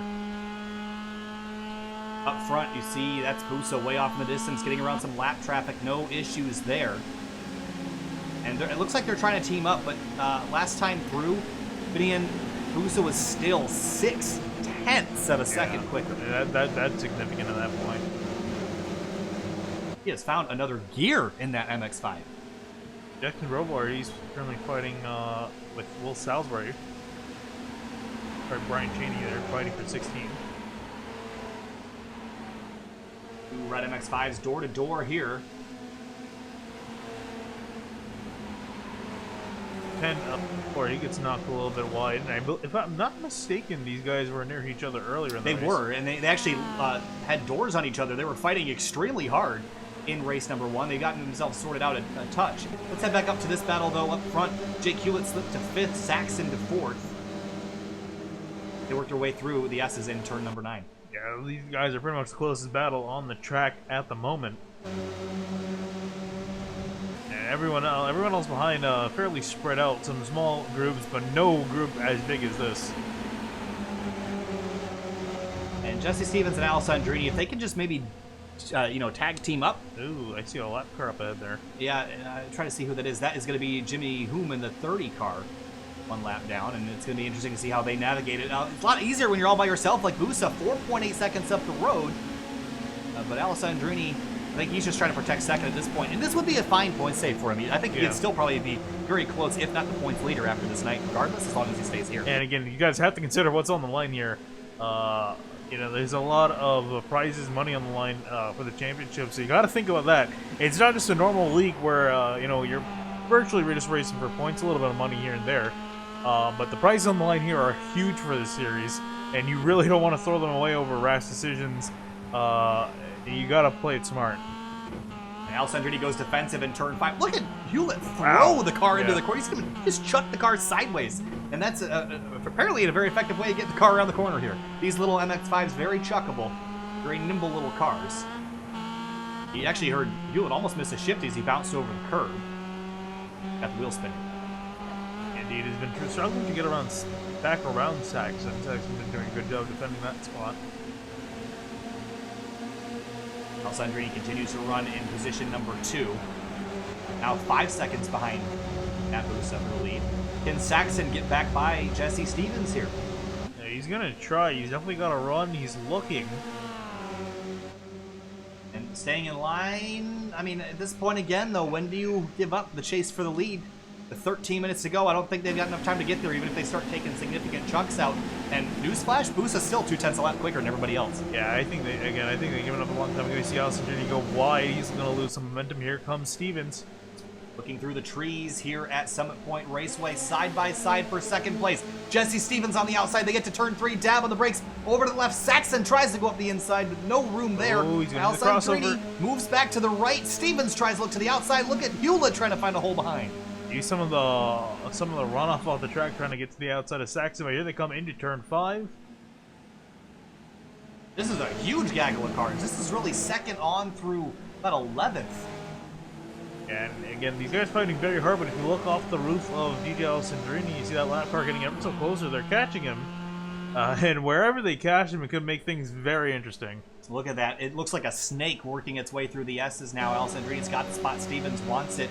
Busa's just extending his lead longer and longer and longer. 6 seconds up the road now. Through turn 10. About 22 laps in this race. We've completed 13 of them. Make that 14. And now everyone kind of getting out of line. This almost looks like an IndyCar oval race. Look at this, weaving down the front straight to the inside. Here comes Jesse Stevens. I think Alessandrini didn't defend this, maybe thinking that they could leapfrog each other, but Jesse Stevens going to take that second spot away, but Alessandrini's going to try to shut the door on Saxon. Can't get down in front of him. Saxon looking for third on Alessandrini. And now they're going to be side by side into turn 3. They're both chasing Stevens, but even if they catch him, where do they go? Because, again, very tough places to pass up ahead. And here they are side by side. What's Saxon going to do? He's going to try to pinch Alessandrini. No, he's going to run way wide off the track. I'm curious to see how the stewards are going to handle that, Finian, passing off course. They've been pretty lenient so far tonight. Yeah, I would say, but there is definitely a limit, and I'm sure they don't want to test the admins because they can definitely do stuff. But here comes now Hewlett to the outside of Alessandrini. I've been really impressed with Hewlett's performance tonight. The inside of Alessandrini. He's going to take that spot away. He should have the preferred line for this next curb jump. Way over. He's been aggressive on the curbs tonight. Ooh. Alessandrini holds strong, though, and he might actually be able to retain the spot, and he does. Great move there by the 91 car. Yeah, Hewlett's going to have to try to build up that run yet again. They lost actually a little bit of time to Saxon and Stevens, who are starting to break away just a little bit. And we'll be watching that gap between Stevens and Busa. Works their way off the final corner now. Everyone weaving and trying to find a lane to work with. Jonathan Dcunha in the 31 still sitting in 7th. Travis Schwenke in 8th. Gordon 9th. Thorns Arabian looking for 10th on the inside of Luke Pfeiffer. He'll take that spot away. Daniel Scott's lurking back there in 12th as well. And Hewlett, big jump over the curbs again, being very aggressive, but the suspension on these MX-5 is relatively soft and can handle quite a bit of curb jumps. Yeah, indeed, and you can ask Robert Hartley. He was taking big chunks of curb, and here's both Salvary and Tim Hugh fighting for. And Jackson Robillard just behind, and that's the 23 of Jack Sanchez. But battles all over this racetrack. Contact behind, and this 23 car's sliding off course. Dirt and grass flying. He's going to slide right back and contact a tire barrier back there, and claw back on course. But definitely contact there between him and I believe that was Jackson Robillard he was fighting. Oh, just two guys, they kind of swerved towards each other. Yeah. And just coming together there. So I put that both on them. Yeah. I think that's a fair assessment on that. Leave each other room out there. Look at this train per second. It is not dispersed since the start of the race. Saxon retaining 3rd. Saxon from Rhode Island. And races in club or regional level racing. He started 5th, running 3rd now. But just a little bit far away from a win at this point. He could still get 2nd pretty easily here if Stevens makes a mistake. Yeah, I think that's probably what he's waiting on, just waiting for a mistake to happen for him to pick up the pieces, especially coming down to the nitty-gritty here as we're under 9 minutes left to go. Steve Fikachi and Ted Ho side by side down into turn number 1. Actually, that's Will Salisbury and Steve Fikachi Ho's behind them. Actually's got some pretty significant rear end damage to that car. He's been run into or been into the fence at least once tonight. Behind Robillard and the 21 of Mitchell Peak trading spots again. Contact there a bit into turn number 3. Robillard holding on to 16th. He's been hanging out in 16th most of the night, and self-admittedly, he said he didn't have a whole lot of pace in this car. But not bad. I mean, again, this field is as competitive as we've ever seen it. Yeah, especially that whole lap 1 incident happened that really shook up the field and put him back quite a few spots. DJ Alessandrini and Jake Hewlett running 4th and 5th. Jesse Stevens has been slowly eating into Matt Busa's lead, but with 8 minutes to go, he's going to have to be taking big chunks out of it. Drafting by the lap car, that's the number 30 of Jimmy Hume. They're going to work their way around, and the whole field goes by in one straightaway there. Yeah, I was just laughing because I saw the 30 trying to get out of the way, but I saw Stevens and everyone else swerve to try to get the draft out, and these guys are fighting for every advantage they can get. A great example of the boarding effect down in turn number 1, riding on board with DJ Alessandrini. Again, he's won literally everything that we broadcasted. So if that's, you know, what we're going off of, he's a shoe-in to win this championship at the end of the year. And he's had the most consistent performances of anyone in the field. Again, we go to Circuit of the Americas in a couple weeks, and that's going to be kind of a big question mark for a lot of people. Lots of straightaways, lots of runoff room, lots of room to race. And I think Alessandrini is definitely a more technical driver, so we'll have to see how he fares at COTA in a few weeks. We're riding in 4th right now. He's riding in 4th just off the back of Nathan Saxon. He's been doing a fantastic job this race. He had a decent run in the last race too, but here he is doing a solid job in the top 3 for quite a bit of it, and keeping Alessandrini at bay, as well as Jake Hewlett. He's doing a great job defending. Matt Busa's lead has dwindled to 5.9 seconds, but it's about 5 laps to go. 6 minutes and 35 seconds remaining here in race number 2. And this is all the racing we're doing. As soon as this concludes, we're going to talk to your winners, and that'll be it for round number 2 of the SPEC MX-5 SimRacing Championship. Battle for 3rd, Saxon and Alessandrini. They're still in line, and we haven't seen a lot of drivers popping out of line yet. But once we get to 2 or 3 to go, I think we're going to see a lot of drivers start to make moves. Oh, and and speaking of making moves, here comes Paul Darling from the inside of Hewlett, but he's going to lose some momentum and helping the 31 Dcunha trying to take advantage. Hewlett drops a wheel, and he's going to lose 1, maybe 2 spots as Dcunha tries to come up the inside. Right now he's kind of boxing. He's got Hewlett to the inside of him. Oh, I thought he had Hewlett to the inside of him. He did for a moment, and he's off course. The exit of turn number 3. Hewlett will fall back to 7th. He was as high up as 4th, so lost 3 spots very quickly.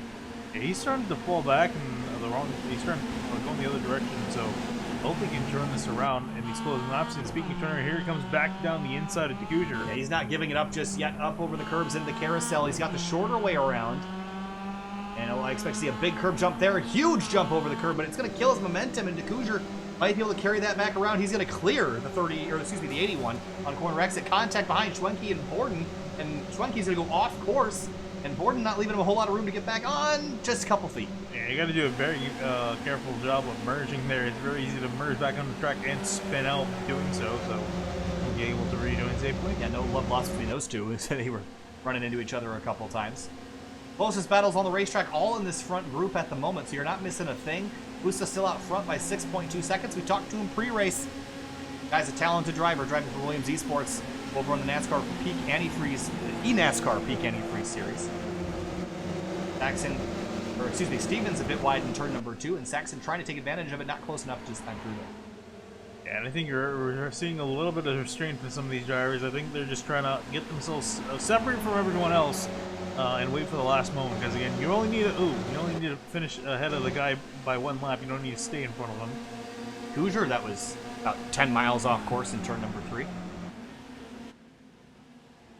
And it's just been a quiet race for Matt Busa, and you have to wonder, Finian, I mean, domination like that is hard to come by in any series, in any circumstances. We saw pretty good domination by Chris Henn, but I still think Busa's performance is one to keep an eye on, because remember I mentioned VIR had never even practiced at the track, then finished 2nd in race 2 in round 1, and leading this race by 6 seconds. I think the whole field should be looking at that and be absolutely concerned. Yeah, indeed. I think we're definitely seeing him dominate in race number 2. So I think every time race 2 comes over, you're gonna have to keep an eye on this 34, because In race 2's now, it's going to be a second place finish, and if he can seal the deal here tonight, so I would hope so with a 6.3 second lead, that'll be its first place finish as well.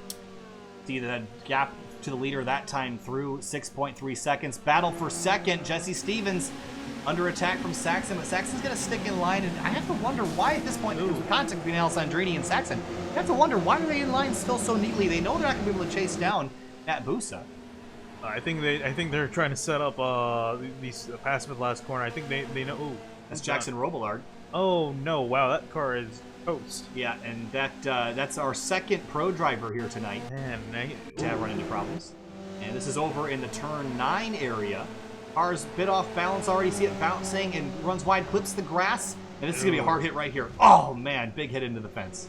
And see the car perching downwards. That the suspension is toast in the front.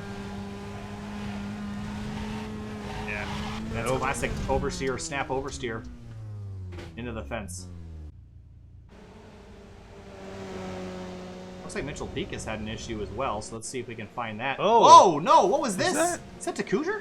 Yeah, I think it's not Dcunha. Is it not? I thought I saw 31 on that. I thought I did too, but it's not. What number is that? It's the 51 of Steve Focacci. Let's see if we can go back and find what happened to Focacci, but that was a rejoin that was not spectacular by any stretch of it. Oh, contact here. This was with the 68. We're finding all sorts of issues right now. A lot of people getting into each other here. That's a 68 car of Ted Ho to the inside. 2 cars going for one spot. They both spin. 68 was able to save it. The 51 loops it around, but this is where the question mark begins. Is why rejoin the racetrack right in front? Oh yeah, I think he was so busy about trying to get back on the track. I don't think he had any time because he didn't completely spin out. He was still rolling. That he didn't check the relative or anything. Wasn't able to see people behind him. So unfortunately, that got started another incident. But here we see just Stevens leading the rest of the field down. We got a lap and a half to go for these guys. Between these drivers, they got only 1 lap left to go. 1 lap to make up positions when they come back to the line. And Boost is still out front, almost 7 seconds. I see him off in the distance in that bright magenta car. No challenge here in race number 2. Yeah, I think it's going to take a strike of lightning to take him out of the lead here with a nearly 7-second lead. And as Boost is going to round the final corner, he's going to come to the line. White flag is in the flagman's hand. 1 lap to go. And just what a performance from him. You see some drivers in the sand back there. Let's keep an eye on second place here because I think this is really where we're going to start to see some Hail Marys. White flag in the air for Matt Busa. One more time for the Williams Esports driver Jesse Stevens. DJ Alessandrini drag racing down the 2,900-foot front straightaway for second place. Alessandrini's going to have to go the long way around the 13 up and over the curve. He lost some momentum there by mounting the curve, and Alessandrini's going to have a nice run down into turn 3. What is he going to do with it? They see Saxon also trying to make a pass. He's going to go to the inside of Stevens. He couldn't pick a line to pick. He's going to jump back on the brakes, maybe wait for a better opportunity. But Alessandrini back up to second. Can Stevens get it back? They're both off course in turn 3 as they head down to turn 5. Yeah, Stevens has got to run, but nowhere to go with it. He's going to try to look at the outside in turn 4. Can't get it done. Down into turn number 5 here for the final time for second place. Trying to get some passes. Dcunha up into 5th place for the 31 car. Great run for him. Alessandrini still under attack, though. As they work their way, you see there is Busa all out by himself. And here you see the rest of the field trying to work through these final few corners. I don't think we're going to see much of a change here, but definitely not going to see a change for the lead here as Busa's got 1 more turn to go. Busa's got 1 final corner. He's led the vast majority of this race. Checkered flag is waving, and Matt Busa, the Williams Esports driver, is going to come home and take home a race 2 victory in round 2 for the 2019 SPEC MX-5 SimRacing Challenge. And moving on back to second place as the rest of the field comes across the line, it's going to be Alessandrini, Stevens, Saxon, Dcunha, Darling, Jake Hewlett coming across the line there. That was neater than I would have expected it to be. And the rest of the field coming on through relatively calm and collected back here, but the Williams Esports driver Matt Busa in victory lane here in that number 34 car. Absolute domination, 7 seconds ahead of DJ Alessandrini. There's a couple more cars limping across the line. James Stacy's 07 car was slow for a moment, but he's gotten it picked back up. Brian Shabelski in the number 19 car is going to come across, or excuse me, the number 12 car come across the line in 20th. And, ooh, that's, well, 19th, actually. He beat Steve Focacci to the line. What a race. Yeah, but dude. Busa just crushed it. I mean, that was not even close there, Finian. Yeah, definitely. And actually, the official gap right there you see on the screen, 7 seconds, just over 7 seconds from Alessandrini. That is phenomenal in any shape of any shape or form there. But to beat DJ Alessandrini by that much is absolutely phenomenal. How about Jonathan Dcunha, though? A 5th place for the Scars driver, Sim Championship Racing Series driver, was actually the gentleman that came and approached us first to bring us out and make us commentate. He was the first one to go find a new group and said, hey, we're willing to take a risk on somebody. And here he was, 13 months later, a top 5 in race number 2. All right, field pulling into pit lane. There is your result to the left, the top 20. We're going to take a break for a moment and let the sponsor speak for a moment. But don't go anywhere. If you want to hear from our winner and a couple others, stay with us. We'll be right back in a moment.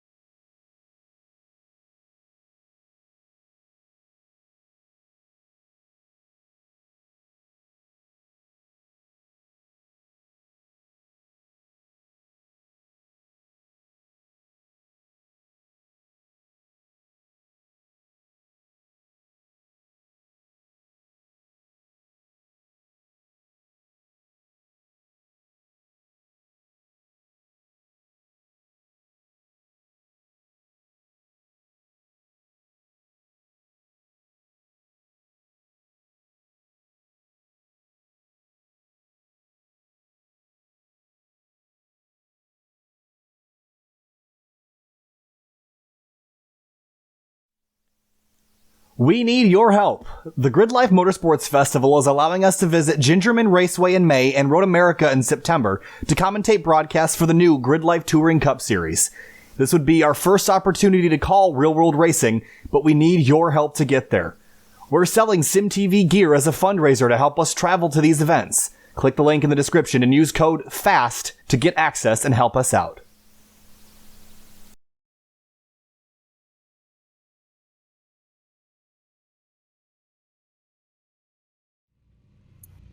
Welcome back live here to SYM TV and Winding Road Magazine. And we're here now with 5th place finisher Jonathan Dcunha. John, a great performance tonight. Started 4th and ended up running in 5th. And best performance of the year so far, the 4 races that we've run. But it wasn't easy. It was a close battle between you, Saxon, Stevens, Alessandrini, and the other drivers around you. Yeah, that was a ton of fun. A lot of close, clean racing. Everybody, you could get it in there and nobody would kill you. Thank you to Jesse Stevens for sticking with me on my quali lap. I had nobody to go with, and he stayed out. And I just didn't want to lose the group. Those guys have a bit more pace than me, but with the draft on these cars, I'm able to kind of hang with them and try to take advantage of any mistakes that was made, and I'm very, very happy with where we finished tonight. How about the conditions out there? It seemed like when the clouds came over, the track cooled down quite a bit. Was that something you could feel inside the race car when it went from 95 down to 76? It was enough that when the sun came out, I went, oh, crap, it's back. And I have a habit of overdriving the tires, so they'd really heat up, and I'd have to take a lap and just try to cool them a bit because I'd be barreling through corners. But it wasn't too bad. All right, Jonathan. Well, a great top 5 performance for you in terms of the season. Are you looking forward to any round in particular, or are they all just out here for fun for you? I love me some Laguna Seca, so see how we do there. All right, we're gonna let you go, John. Thanks for talking to us. Congrats on a P5. We'll see you next round. All right, thanks, guys. Next, it's going to be 4th place Nathan Saxon, who's driving the number 41 car tonight. And Nathan, just an absolute dogfight amongst all those drivers, really from 2nd on back to 12th. What was it like inside your vehicle there with everyone kind of in a big freight train for about 20 laps? Pretty nerve-wracking. We were trying to keep up with Busa. I made a few mistakes, and then Jesse got by me, and then it kind of just turned into mayhem. Yeah, mayhem out there, but once you saw that Busa was getting away, was it a conscious decision just to get in line and follow each other and then maybe just duke it out the last couple laps, or were you guys fighting the whole time and just couldn't get around each other? I think it was a little of both. I know, at least I was trying to keep tucked in and see what we could do, but Busa he had the car tonight. But when he was pulling away, it was basically, all right, how far up can we get? As we head to the next round at Circuit of the Americas here in a couple weeks, that's a very different racetrack, a lot more straightaway, a lot more paved runoff room. Is that something you're looking forward to, or is that maybe one that's you got circled on your schedule as a place you're not very fond of?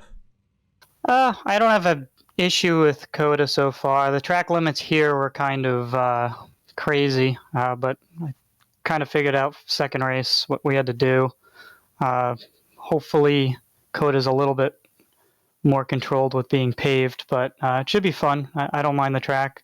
I know some people have more experience than others there. This track, I think everyone knew pretty well because it's a free track, but it should be interesting. I'm excited. All right, Nathan, well, we're going to let you go. Thanks for talking to us, and congratulations. A very, very solid fourth place finish in race number 2. Have a good night. Thanks, guys.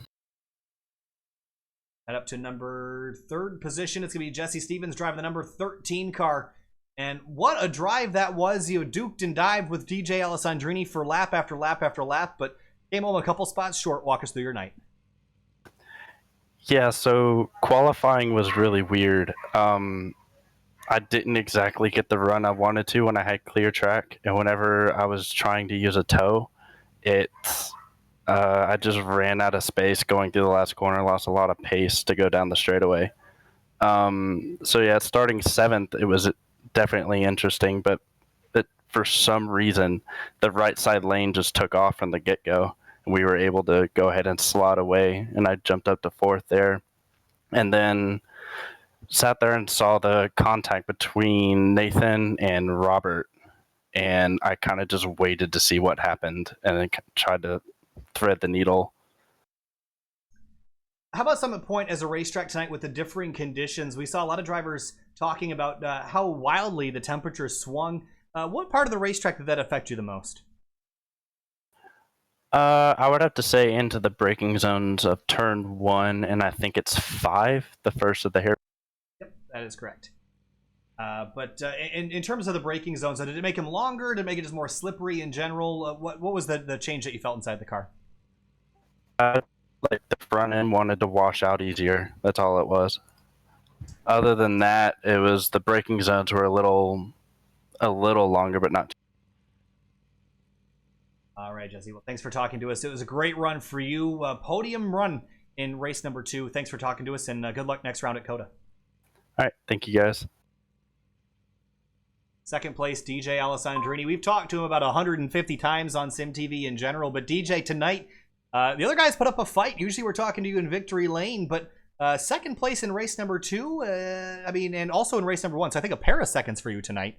But what'd you need to get by Busa in race 2 and Hen in race number 1? Well, to get by Busa in race 2, I needed a jetpack.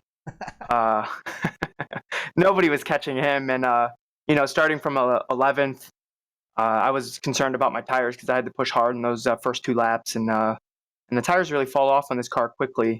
So I was completely content with second place. I believe that gives me another points win for the evening, and really that's what I'm going for. I pushed for a little bit trying to catch Busa, but it turns out he's pretty fast. So I was content with second in the first race, or in the second race, and in the first race, Hen he just kind of got away.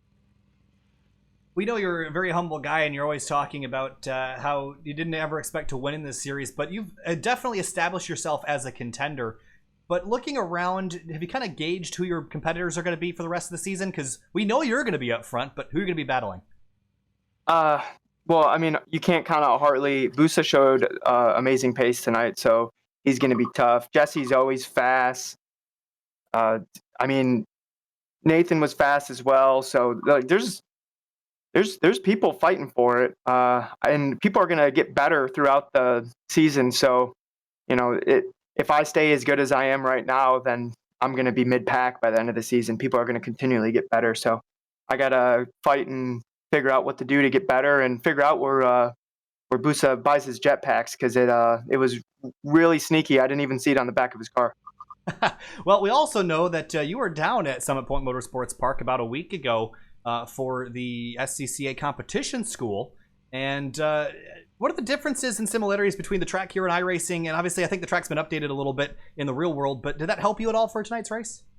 And it's the craziest thing. I was talking with Paul Darling about it, and I find that when I went to the track for real, I came back and I was better at the track in iRacing, because I just kind of had a better grasp of where I should be on the track. Plus, you have all these really talented instructors. This is where you want, not over here, and you just listen to them. DJ, it's been a pleasure watching your race here, and we're going to see lots more out of you this season. Circuit of the Americas is next up on your list. Do you think you can get a victory there? I need to run some laps there. I'm not even sure where the track goes. I'm not sure I know where it goes either, DJ, but thanks for talking to us. And a pair of seconds for you. It's going to be great points tonight. We'll see you next round at COTA. All right, thanks very much, guys. Have a good night. We talked to him earlier this evening, and he's back again. Matt Busa driving the number 34 car for Williams Esports. Matt, race 2 domination, some bad luck in race number 1, and got involved in an incident, but overall a decent night, but crushing the field in race 2. How'd you get yourself up there so far? Yeah, it was really number 1. I stayed side by side for second through turn 1. Just that one turn side by side allowed me to get about a 7 or 8 tenth lead, and that was just enough to have the draft not be in effect through the back half of the track. And I just had to try to break the draft on the front stretch and the turn leading up to the front stretch, and I was able to do that. And then I just battled some more, and it was a nice Sunday drive from that then on. Yeah, it definitely made it look like a Sunday drive. I think DJ said that she had a jetpack on, and it was very sneaky of you to hide it somewhere. But we head to Circuit of the Americas in a couple weeks and some other racetracks farther along the schedule. We've seen some incredible performances, especially the one at VIR, where you hadn't even practiced the track before. Then you ended up finishing second in the second race. Are they all ones that you've circled on your schedule as ones that you know you can win, or are there a couple that stand out in particular?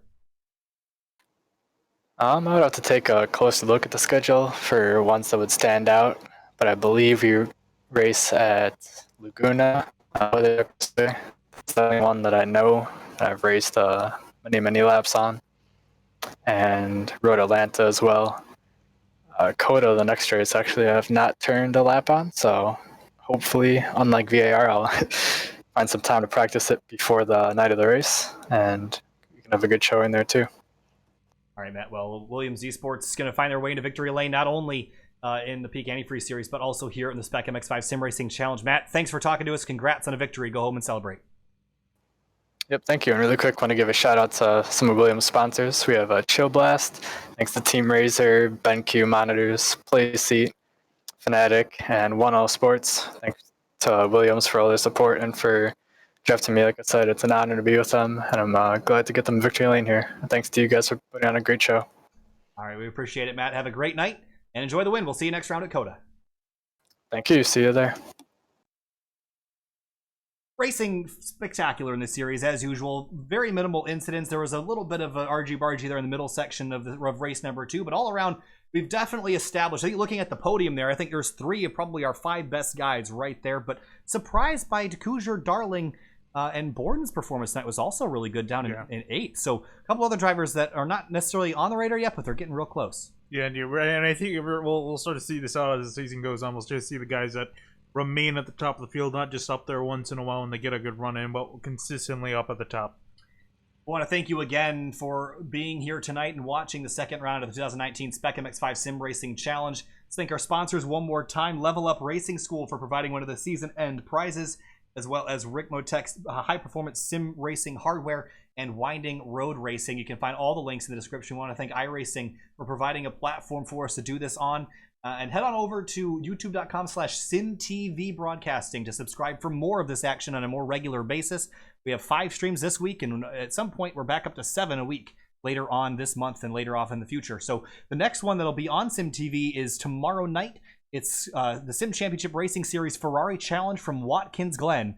and you can watch their 3-race format. It's been a great round of action so far. We'll see them tomorrow night on our SYM TV YouTube channel. We want to thank Winding Road Magazine and especially Tom Martin for allowing us to use their YouTube channel for this. And again, everything that we say is in no way connected with Winding Road Magazine or Winding Road Racing. We're independent, and they've just given us permission. We want to thank them immensely for allowing us to do this. We'll see you at the next round at Circuit of the Americas in a couple weeks. It's going to be April 24th is the next round from Circuit of the Americas, and one of the nicest looking racetracks in North America. We'll see you there for another 2 rounds. Thanks for watching, and have a great night.